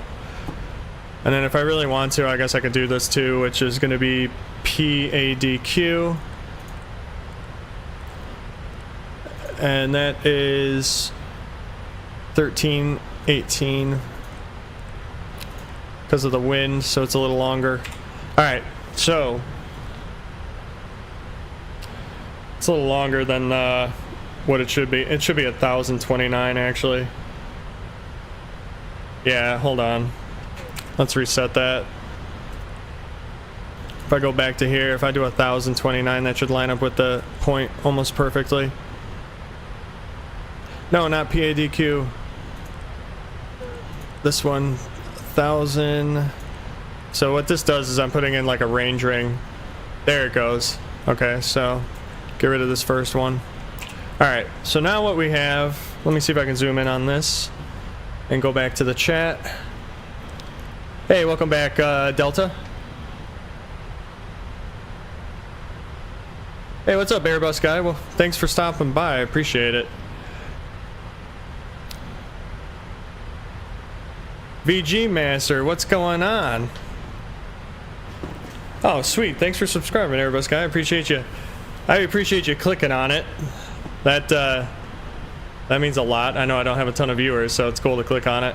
VG Master, welcome. So good day. So basically what I did here is, this is my, I created the entry point, and then I also created the, I created this green line here is the equivalent of this right here. So, yeah, pretty fun. Pretty fun. So then we'll have an equal time point further up ahead, which actually I do need to create that other range ring, but I'll do it later. I can only have so much in there at once.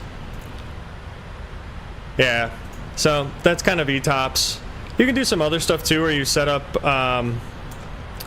oops.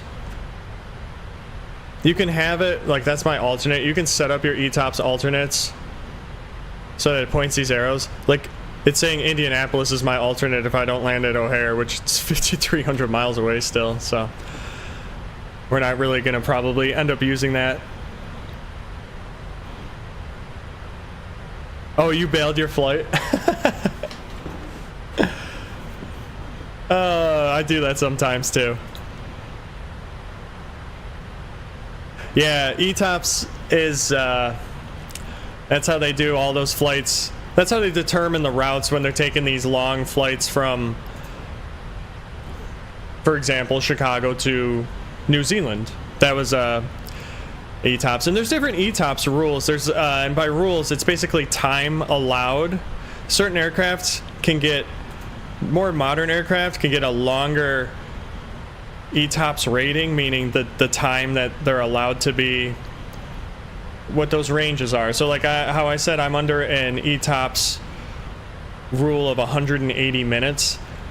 There's some aircraft that are actually certified for 240 minutes, so they're able to fly more isolated routes in that sense, which what that then allows you to do is a more direct route to a destination that, you know, could involve going over the middle of the Pacific Ocean for hours.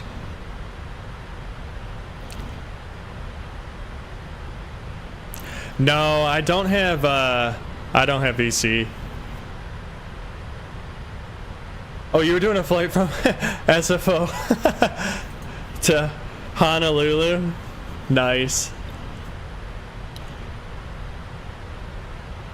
I started actually, so before you joined, I started this stream with my arrival into Tokyo from O'Hare.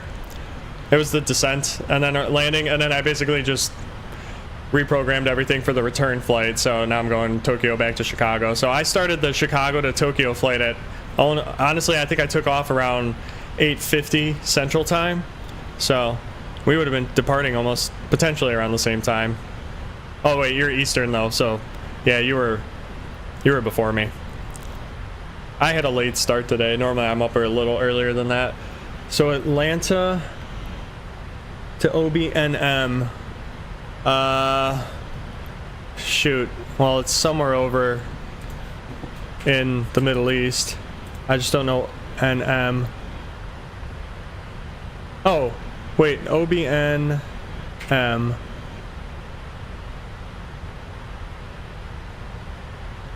I don't know what airport that is. That airport code isn't coming up. OBMN, maybe?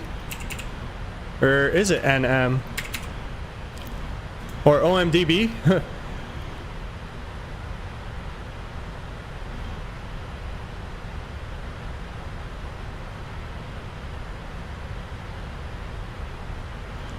Oh, OMDB, okay.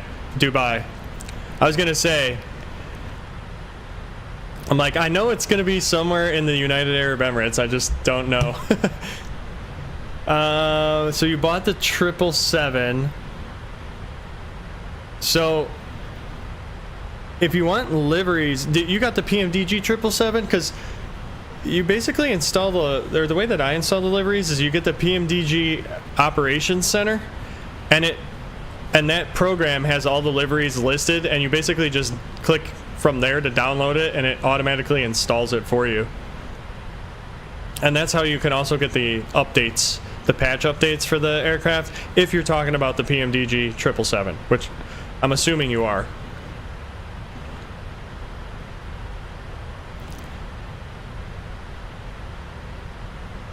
Yeah, so you shouldn't actually have to drop them in anywhere unless it's like a non PMDG livery. I don't know. I've never dropped in like a livery paint from say Aviation or something.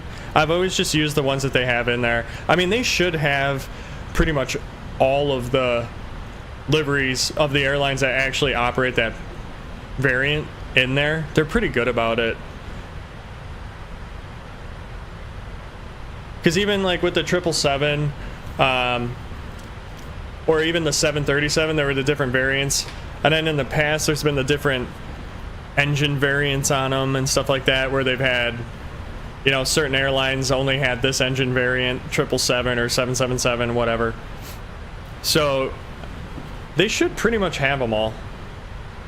Oh, sorry, VG Master, I forgot to answer. Yeah, I normally stream around 8:30 Central Time. It seems to be when I start them all the time. I don't know. As of late, that's just what I've been doing. So yeah, 9:30. Like I started this one today around 8:30, so it'll be 9:30 Eastern Time.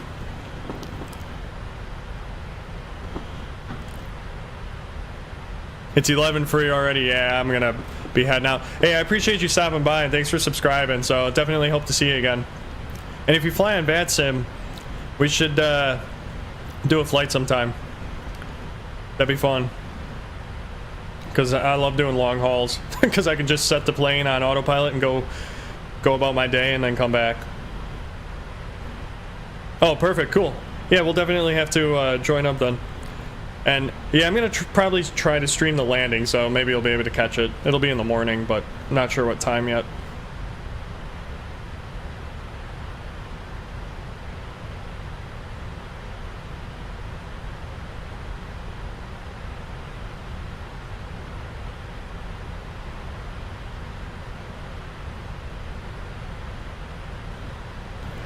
I guess while we're chilling here, let's see. Good day. You got any, or God day? Do you have any other questions on anything I can show you? Yeah, let me actually, hold on. Let's see. What time is it saying I'll be there? 14:12 Zulu. So I think it's gonna be, I think we're -5 right now. It's gonna be either 9, it's 8 or 9 Central Time. I think we're -5 right now, I forget. 10 hours from now, so yeah. Should be 8-ish, little after 8. Alright, have a good night. Thanks for stopping by. What's going on, VG Master? How you doing tonight? Thanks for taking the time to stop by. I appreciate it. It's good to see you again. Did you play some ATS lately, or you said you were? I remember you saying you were gonna stream it. I forget what day you were gonna do that. Where did you stream it? Friday?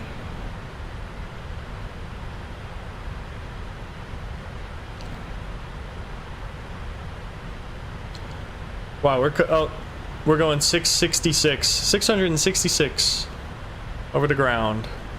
That's fast.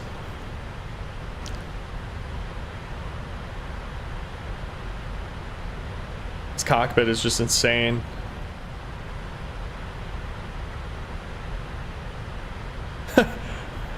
It's weird, like I used to not stream as much. I used to make a lot of videos and not stream, and now I'm like streaming a ton, and it's the exact opposite. Oh, you haven't streamed? Do you ever just play it and not stream it? Because like I'll play Flight Sim a lot off screen.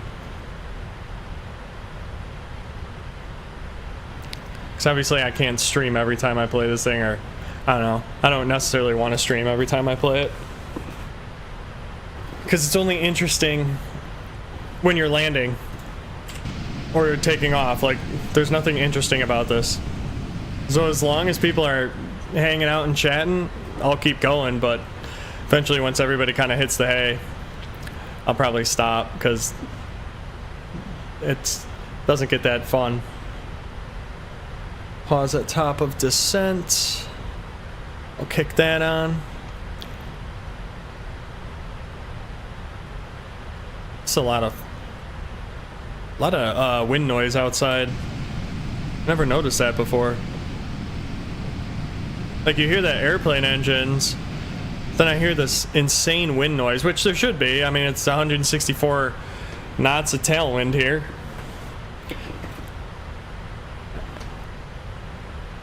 And that jet stream's at 390, so as we climb, it's only going to get more intense.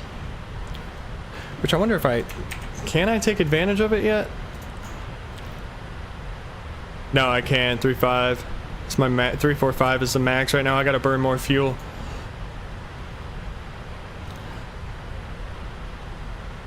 ATS.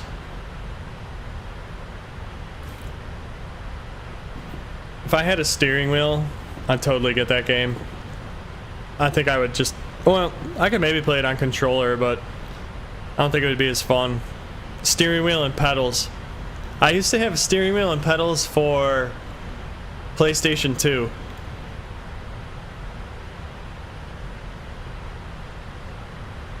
And I had this game, I think it was NASCAR Heat. It might have been 2002. And there was this cheat where you could shoot tires out of the front of your car to like cause other cars to spin out and crash. So my buddy and I, we would just purposely drive the opposite direction of everybody else and then just blast them with these tires and create these insane crashes.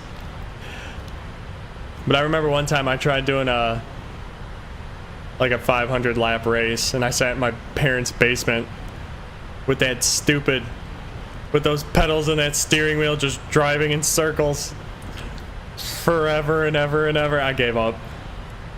It got so boring.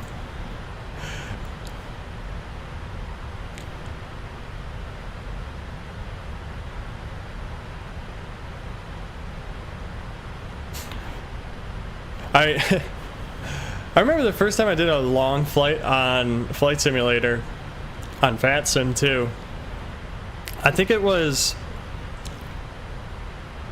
a UPS flight, and it was O'Hare to Seoul, South Korea. This one's actually Flight Sim 2020, and the only reason why is because this aircraft that I'm using isn't available on 2024 yet, but they're working on getting it published over there. But I remember I did this flight. It was the first long haul. It was O'Hare to South Korea. I think it's like 14 hours. And I wanted to simulate the real world flight. I think I did. So I basically left late at night, and I camped out in the room that my computer was in, because we had like a pull-out. We had a little couch in there, and it had a pull-out bed. So I brought my sleeping bag. So I would like set alarms and take shifts, or to wake me up when I needed a step climb or something, or check it. And then I had one of my friends growing up was big into Flight Sim too, and he spent the night one time, and we thought it'd be fun to do a long haul. I don't remember where we went, but we literally we like simulated crew rest. Like he would sleep for 2 hours and I would be awake, and then I would sleep for 2 hours and he would be awake monitoring it. It was funny. No, you can still get 2020. I think you should. Well, I feel like you should still be able to buy the game. I mean, technically, this game I think is better from the standpoint that you don't stream the entire game. Like, you actually... Oh, sorry, was yawning. You actually have to store files on your hard drive for this game, so I don't know, I think it operates a little better. Graphics, the clouds are better in the newer one, but the clouds aren't bad in this one. And I think the weather engine's way improved, and even the scenery too. But this one's still pretty dang good for being 4 years old.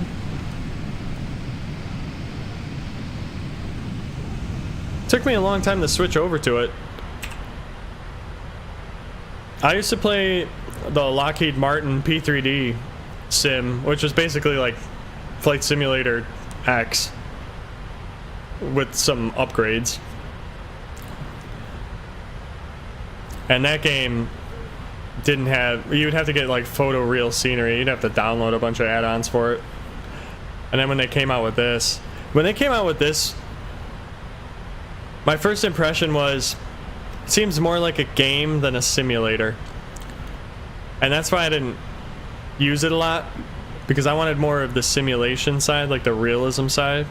But then as they started adding these aircraft that are more realistic and operate more real and have real systems and all that, then I was able to start playing it. And I'm happy I fly on here now because the graphics are much better. The clouds, all that stuff, it's just way more realistic. So it makes it way more fun. And the scenery is really cool. The default sceneries are sometimes atrocious and laughable, but it is what it is. They weren't the best in Flight Simulator 10 or P3D either. It's just a bunch of buildings that all look the same. How many hours? 14:12, and it is currently 4:26, 10 hours. Literally like 10 hours and 14 minutes.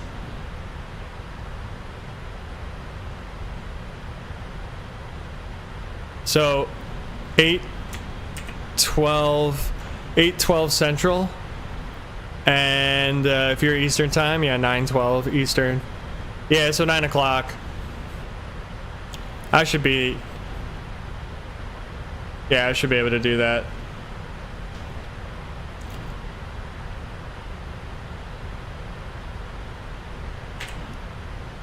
That's gonna all depend on if my son is not a grumpy boy when he wakes up tomorrow morning. So we'll see. Alright, have a good night, Airbus guy. Yeah, no, seriously, PG Master, if you could see it, it's so bad.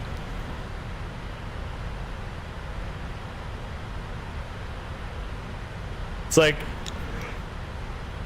you can tell how much AI was used to create some of the stuff in this game.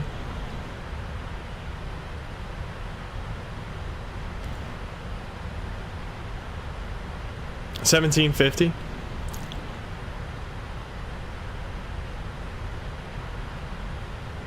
I have no idea who any of the big flight sim streamers are. That's how bad. I should probably figure out who that should be. All right, cool. Yeah, if I stream, I look forward to seeing you there. If not, I look forward to catching you at the next stream. So, but either way, thanks for stopping by. Have a good night, and hope to see you again.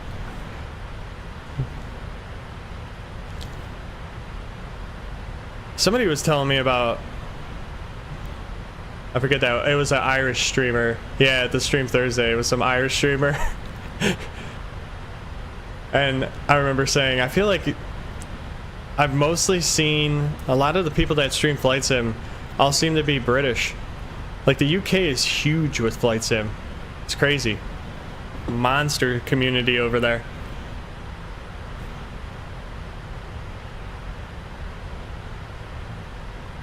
There was one guy I came across his channel. He's like streams every day, all day. I forget his name. I could never do that. I could never stream all day. I mean, I guess he's trying to make YouTube his career then. I don't think I could do that.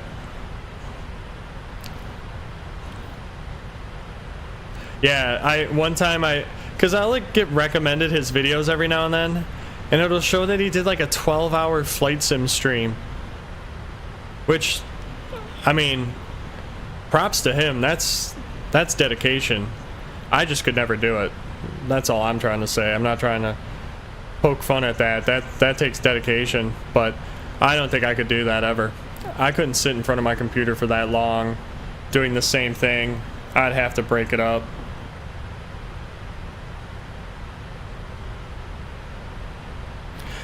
I give those guys credit that sit there on Twitch and stream like Call of Duty all day. I mean, to play Call of Duty for 8+ hours, that's just, I don't think there was ever a day in my life I did that. Even when I was into that game the most, it's just, it really does take dedication. And it's not easy. I know a lot of people like want to do that because they see these guys making a lot of money. Well, they see them making a I guess the amount of effort you have to exert compared to the amount of money they're making is really impressive. But I'll be honest with you, there's ways to make a lot of money and have to do even less than that or nothing at all. And it just takes big thinking and jumping on opportunities. But again, that's still crazy though. I couldn't do it. I wouldn't want to do it. Even if somebody was paying, like, even earning that much money, I wouldn't want to do it. Maybe I'd do it for a year and then I'd be sick of it. I couldn't live like I could not have that be my lifestyle, my working career. That's just me though. And that's why I probably don't have a big YouTube channel and have 100 people watching me right now. Oh, yeah, I minimized my Twitch chat. Oh, there it is. I see it. Yeah, I just pulled it up. My Twitch stream, I just stream there because I have to click a button and it auto streams between YouTube and Twitch. There's really no point in me streaming there. I have zero visibility on Twitch. I don't even think I get any impressions because nobody joins up on there. At one point I was actually building a channel on there back during COVID. I was building up a decent amount of followers, but I mean, all my history is on YouTube, so I figure I'll just do YouTube. And I like their analytics better. Well, I'm more familiar with them. Alright, we just entered ETOPS. So now anything happens, we are heading to Russia. Which is weird. I don't know why well, SimBrief doesn't know that we're not supposed to go to Russia.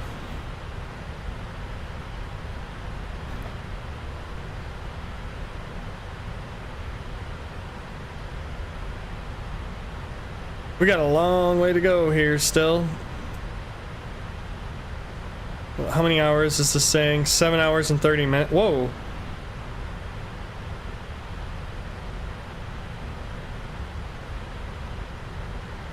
There's no way.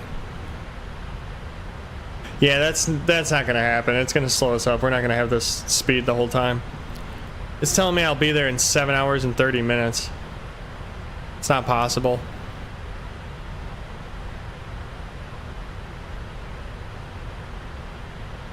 I mean, if I maintain a 675 knot ground speed, I know, seriously, I'll get shot down like that plane in that Azerbaijan flight. That's just nuts.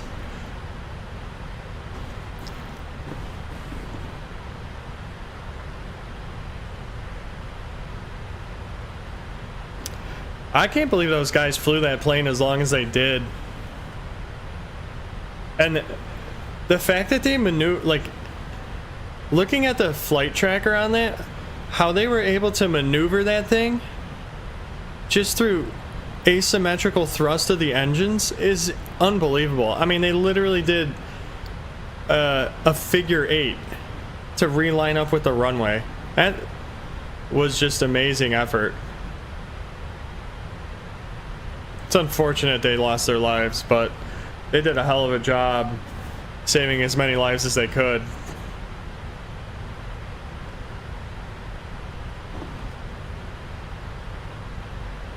Unbelievable.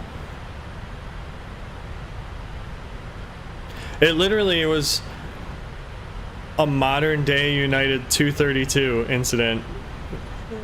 Total loss of hydraulics, could only fly the plane with the engines. Maybe they had electrical trim for the elevator still, and maybe electrical trim for the ailerons potentially, or the rudder. Yeah, aviation crashes they're really important because they advance the industry and you can learn so much from them. Even not even the big ones. Like, you can read about the airliners because those ones are mainstream, but even when you read about the you know, general aviation, which is just Joe Schmo who has a basic pilot's license who took his little single engine airplane out and got into a bad situation and made a bad decision. And reading those reports is when you really learn what not to do. That's where you get an education. And there's so many good YouTube channels out there right now that break down incidents that happen. And, you know, like my favorite is the Blanco Lirio channel. I love that guy. His analysis and his just understanding and his knowledge on aviation and everything that has to do with it, from both the pilot side and an A&P mechanic side. Listening to him debrief these incidents is just, it's so insightful. And even though I don't really exercise my license to fly lately, keeping up with that stuff is the best education I could have. His channel's amazing. I love his debriefs on everything. Like, I would recommend that because he hits the nail right on the head. But yeah, they are really cool. Like that. I mean, obviously a lot of people like it because that show Air Disasters is still running and it's so popular. So people are just fixated by it. That whole idea of just this giant object that's pressurized flying through the skies really fast, crashing uncontrollably. It's just, yeah, I don't know, it's like a car crash. It's hard to look away, you know?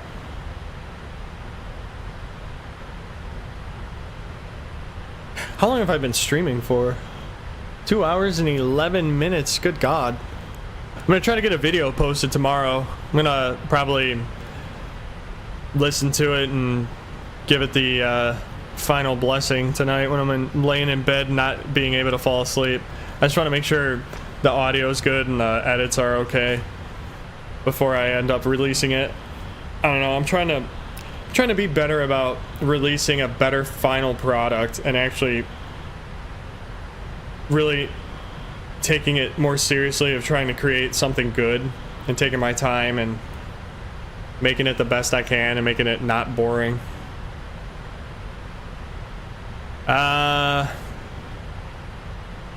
You know, and I don't know, I'd have to look. I'm gonna look at my past streams. It's probably been the longest in the more recent years. But I do know back in the day, I used to stream for hours upon end. Let's see, live. Ooh, the Christmas Eve stream was 3.5 hours. And then prior to that, I think I had a 3-hour one back in October of 2023. And then you're not going to see anything longer than that until probably 2012, 13, maybe. Oh, I had a 4-hour and 19-minute one back in 2021. I used to do really, really long ones back in the day, though. I'm actually gonna go back to those. Let's see. I did really long Grand Theft Auto ones. A Battlefield. 4 hours and 13 minutes. Call of Duty Ghosts, February 28th, 2014. Legend of Zelda, Ocarina of Time 3 Heart Run, March 8th, 2014. Yeah, I was still in college. 4 hour. Yeah, because I used to get kicked off the network. My college used to ban me off of the internet when I went over 4 hours for data usage. So I used to have to cap all my live streams at 4 hours. That's funny. Wow, that's a throwback though. 2014, 2013. More than 10 years ago. What I love about YouTube is just like, it's like home videos. It's just frozen in time. Or it's snapshot, it's recorded in time, it's snapshotted in time.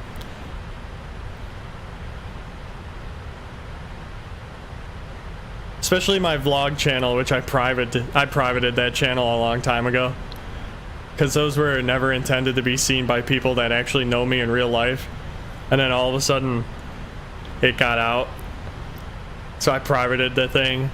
But I still, from time to time, will go back and watch my old vlogs from 2010, like before I went to college. Then, well, all through college.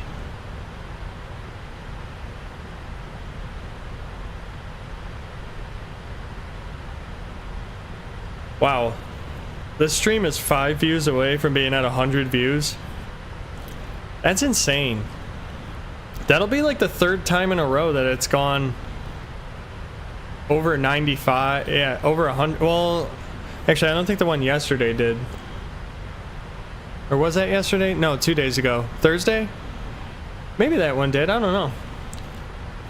Christmas Eve, that one blew up. That was a busy one. This one actually was pretty busy too. I'm surprised because it took like a good 45 minutes, or first hour was kind of slow.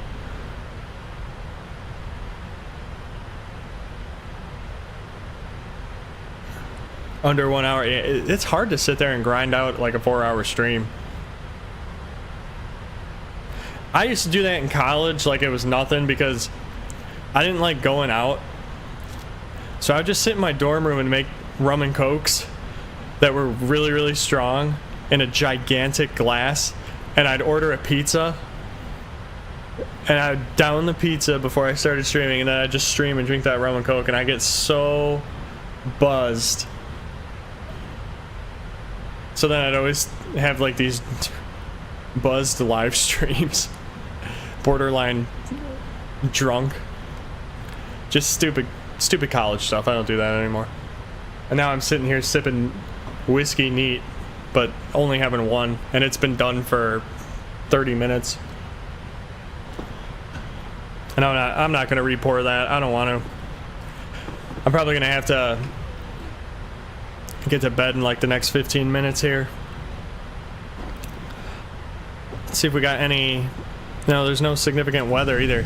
The weather's just too good over here.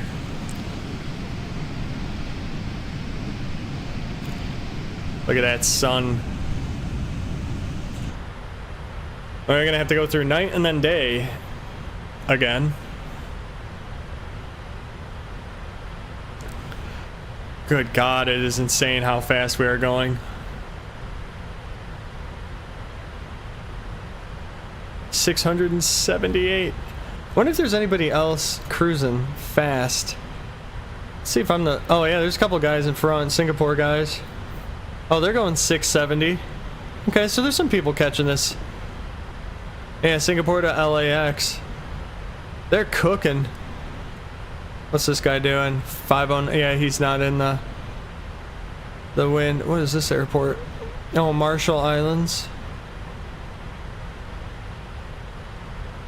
Damn, Guam is far.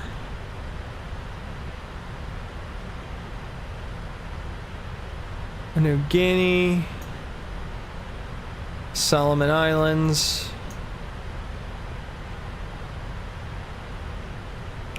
That's cool.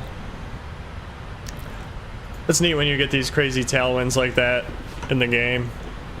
That's so fast, 176. It's actually at flight level 390, so when I step to 3.5, that should increase. Because it's like 100 and... I think it's almost 190 knot tailwind. Let's see, actually, can I go to 350 yet?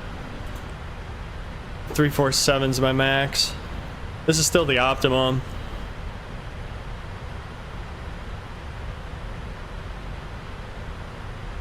I mean, the second it lets me get to 3.5, I should honestly just climb. Because I'll pick up... I want to break 700. Well, here, just as an experiment, let's see what going up 1,000 feet does. So we're at 680 right now. Let's see if we can break 680.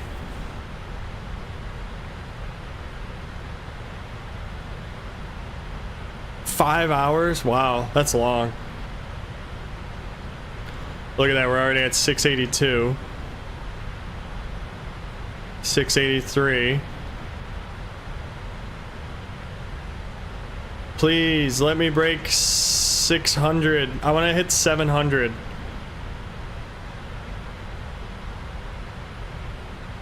Yeah, I had a I had another channel.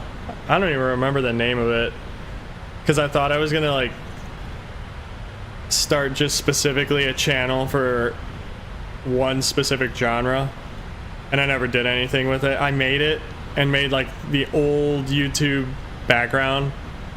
Okay, so I gained nothing. I gained 1 mile per hour. Well, a little slower. I'm at 681, so that didn't really do much. All right. Well, I gained a whopping one knot of speed, and I still can't go any higher than this. And I actually need to go back down because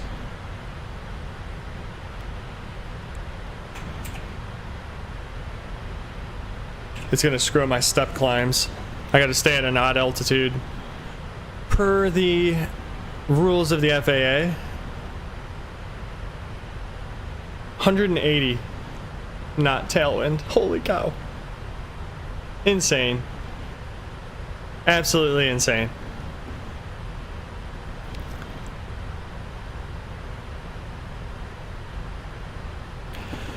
So, I wonder who's here. It says I have 4 viewers, or 3 viewers, or 5 viewers. I don't know. It keeps bouncing all over the place.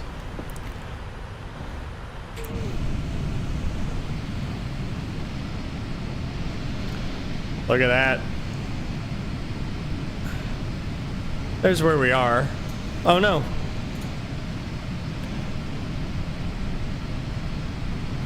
So we're cruising across the good old Pacific Ocean, taking advantage of this jet stream right here. Oh, it's gonna slow up. But right here is peaking super fast. A lot of turbulence. Well, there should be a lot of turbulence. This game doesn't simulate turbulence for jack squat. Fly through a thunderstorm and it'll be smooth. And then we got good old... Wow, look at that storm system going through. They were supposed to have like tornadoes and all sorts of crazy stuff down there. That's brutal. Let's kick off weather and see what traffic is doing. Tokyo Center's still on. Oh yeah, these are those guys. These guys are cooking. 669 over the ground. 684 over the ground. Wild. It's going real fast.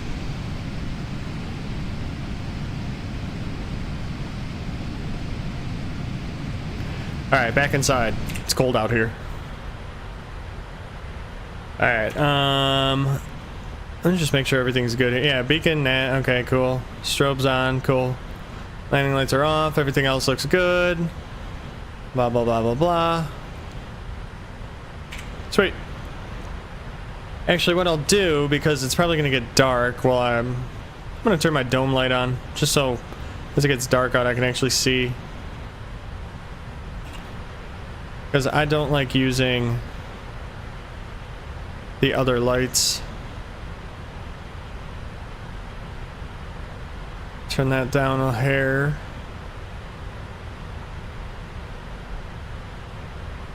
Turn that back down. Okay, cool. And then turn that down. I'll turn the glare down too. Alright, perfect. So, that'll be good. At least as it gets dark out, we'll be able to see.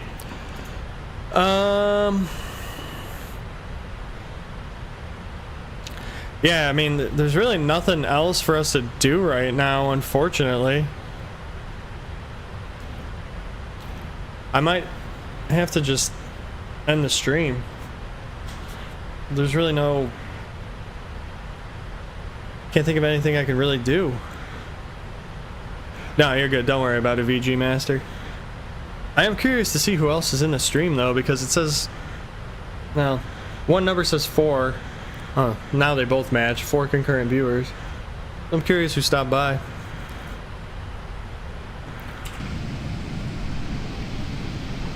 Cruising along. It's a good looking airplane. I actually do like United's new colors.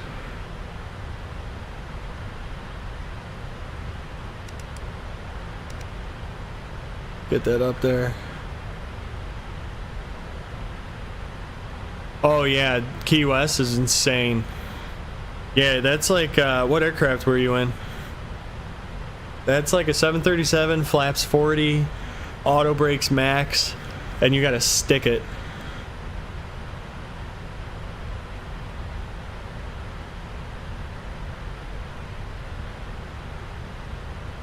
What's up, Exricus? That's the, sorry if I butcher your name, by the way.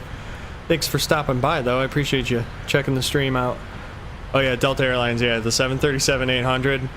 You can do it, but yeah, your max auto brakes, flaps 40, and you're touching that thing down almost on the numbers. That is definitely a short runway.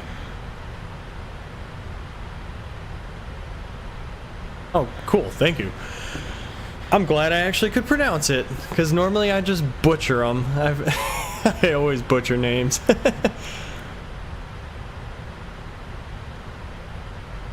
Actually, I'm curious how long Key West runway is compared to Orange County, John Wayne, because that airport's brutal.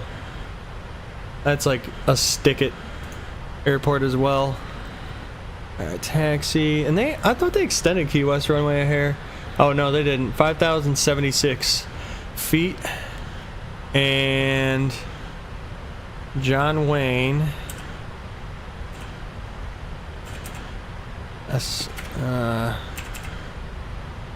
No. SNA. Duh. I always forget airport codes. Oh yeah, that runway's shorter than John Wayne. John Wayne's brutal in itself. 5,700 feet. But then again, what is Midway? I should know Midway. I used to fly there. Yeah, Midway's shorter. No, Midway has longer. Yeah, they got 64 on that one runway. And 65. Yeah, that's really short. That's like sudden, brutal stopping. You know what? I don't even know if I can go to the cabin view. I don't think I have... I don't know what my key commands are to get to the cabin. Let me think about that for a second. Let me see if there is a cabin view by default on the PMDG.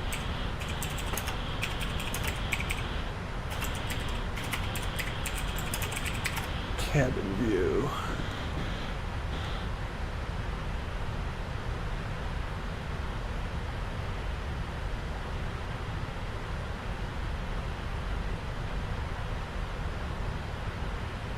How to move, blah blah blah. Oh, here, hold on. Let's make this happen. I gotta check my settings real quick because I don't know what my key bindings are for the cockpit camera. Hold on. Camera, cockpit camera, zoom, translate cockpit forward, right alt up. Okay, so it's the alt keys, I guess. Yeah, it's the alt keys. Okay, so let's try this then. Resume, right alt, up arrow. Oh, here we go. Okay, let's go for a ride. To the cabin we go. Oh, I've actually never done this, by the way, so Exricus, thank you for suggesting this. This is actually kind of cool. Alright, so crew rest area up there. Let's go over here and we'll go through the curtain. Alright, here's first or business, whatever config this is. Pretty cool looking.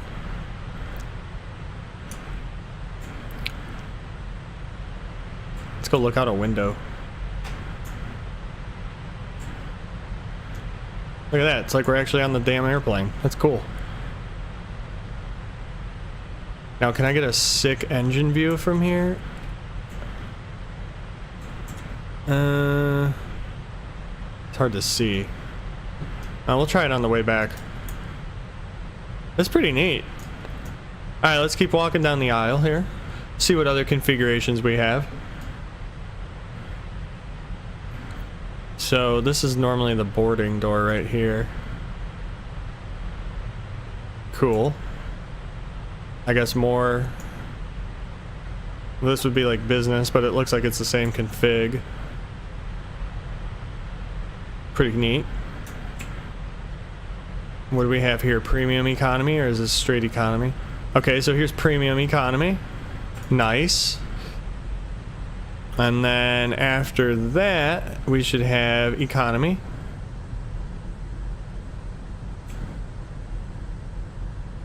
Yeah, I probably do have to go. I'm gonna do an engine view on the way back. Dang. Go way back here.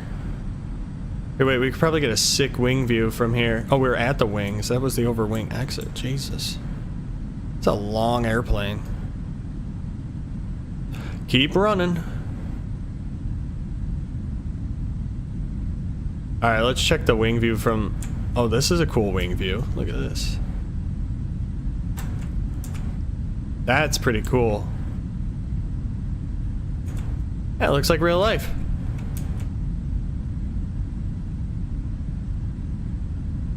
Yeah. Well, it's insane too. Like the actual surface area of the wing on these on this airplane is wild. It's so long, or wide, I guess you should say. Yes, we know it's long. It's huge wingspan, but it's actually so wide too. Okay, so now we're at the back of the bus. Keep going. Keep going. Moves so slow. Alright, let's check out the rear galley. What do we got back? Oh yeah, look at how big this thing is. Holy cow. Lots of snacks. Alright. And that's it. Now can we go through the floor? No.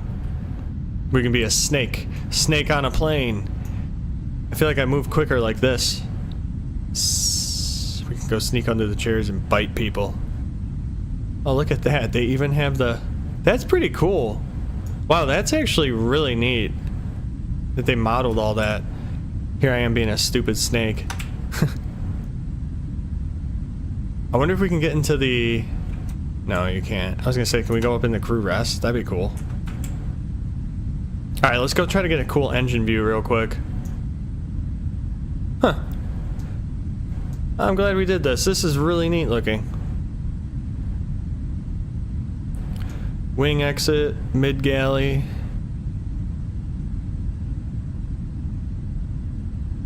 A lot of stuff up here.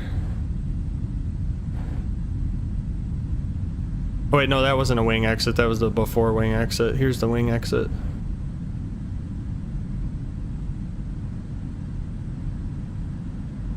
Yeah, that's the wing exit. Okay. Cool. Jump seat, couple bathrooms. Premium economy. Or no, this is still regular economy. Let's get a cool engine view like this from the first.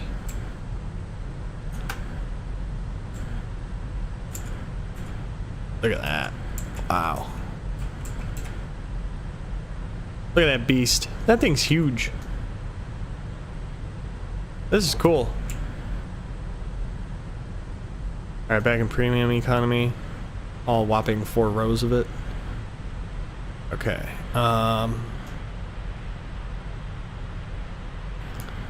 go all the way back up to like first and try that wing view or the engine view. A lot of seats here.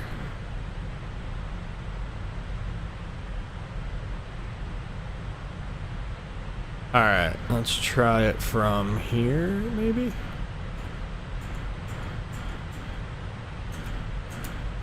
Oh no, can't quite make it out.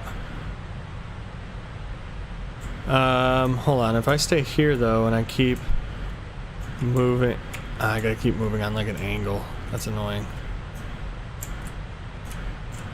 And it's hard to see. Oh well. This is cool though. Now, can you go up in the crew rest area? Because that'd be really neat. I believe that would be right here. No, I can't open it. Oh, dang. Oh well. Oh well. Yeah, I hope that I've had good luck, so hopefully it doesn't crash. Thanks for stopping by, though. I appreciate it. Oh, here's crew rest. Can I go in there? No. No, it won't let me go in either. Okay. Oh well. Well, we're back in the cockpit. Cool. Well, now I know how to move up and down and forward and back and all that too. I never really messed with it. You can get some cool views like this. Pretty neat. Thanks for recommending that. I would have never even attempted it without having somebody say, hey, you should do this. And but on that note, I think I'm gonna join what Delta Airlines just did, and I think I'm gonna have to end the stream. I'm starting to get tired, and it's 11 o'clock, so I gotta get to bed. But I appreciate all the new people that stopped by tonight. That's awesome. And thanks for subscribing. For those of you that did, I appreciate that too. And those of you that liked the stream, I can't even see that right now, but I know a lot of people typically do that, so I appreciate that as well.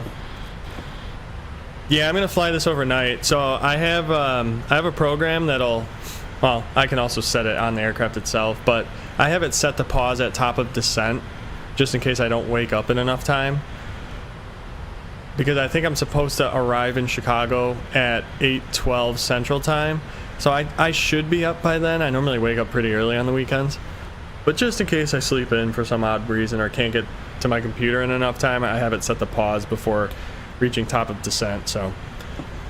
It'll keep doing its thing overnight. I have auto step climbs already set up, so it'll climb to the appropriate altitudes at the appropriate time. So everything should happen on its own, thankfully. But yeah, so there's a good chance I'll stream the landing tomorrow morning.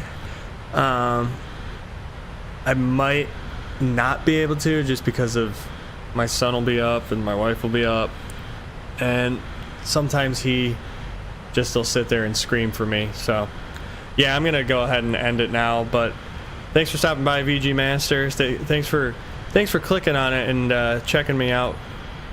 Rikus, I appreciate that. I know not a lot of people are inclined to click when they see like a stream with 2 viewers. So thanks for clicking on it and taking a peek. And Delta Airlines, same with you. It was nice talking with you. I feel like somebody else was here. Oh yeah, Airbus guy. Who else did we have? Good day. You stopped by too. Thank you to you as well. And Mr. Itchy from earlier. You were the first one to join tonight, so thanks for stopping by. It was fun hanging out with all of you guys. And I hope to see you guys later. And you know, at some point we'll do a group flight at some point, whether it's on VATSIM or Flight Sim 2020 or Flight Sim 2024, just for fun. We'll have to do that because I really want to get something like that going at some point. But I'm going to go ahead and end it now. So you guys have a great night, and I will see you guys later.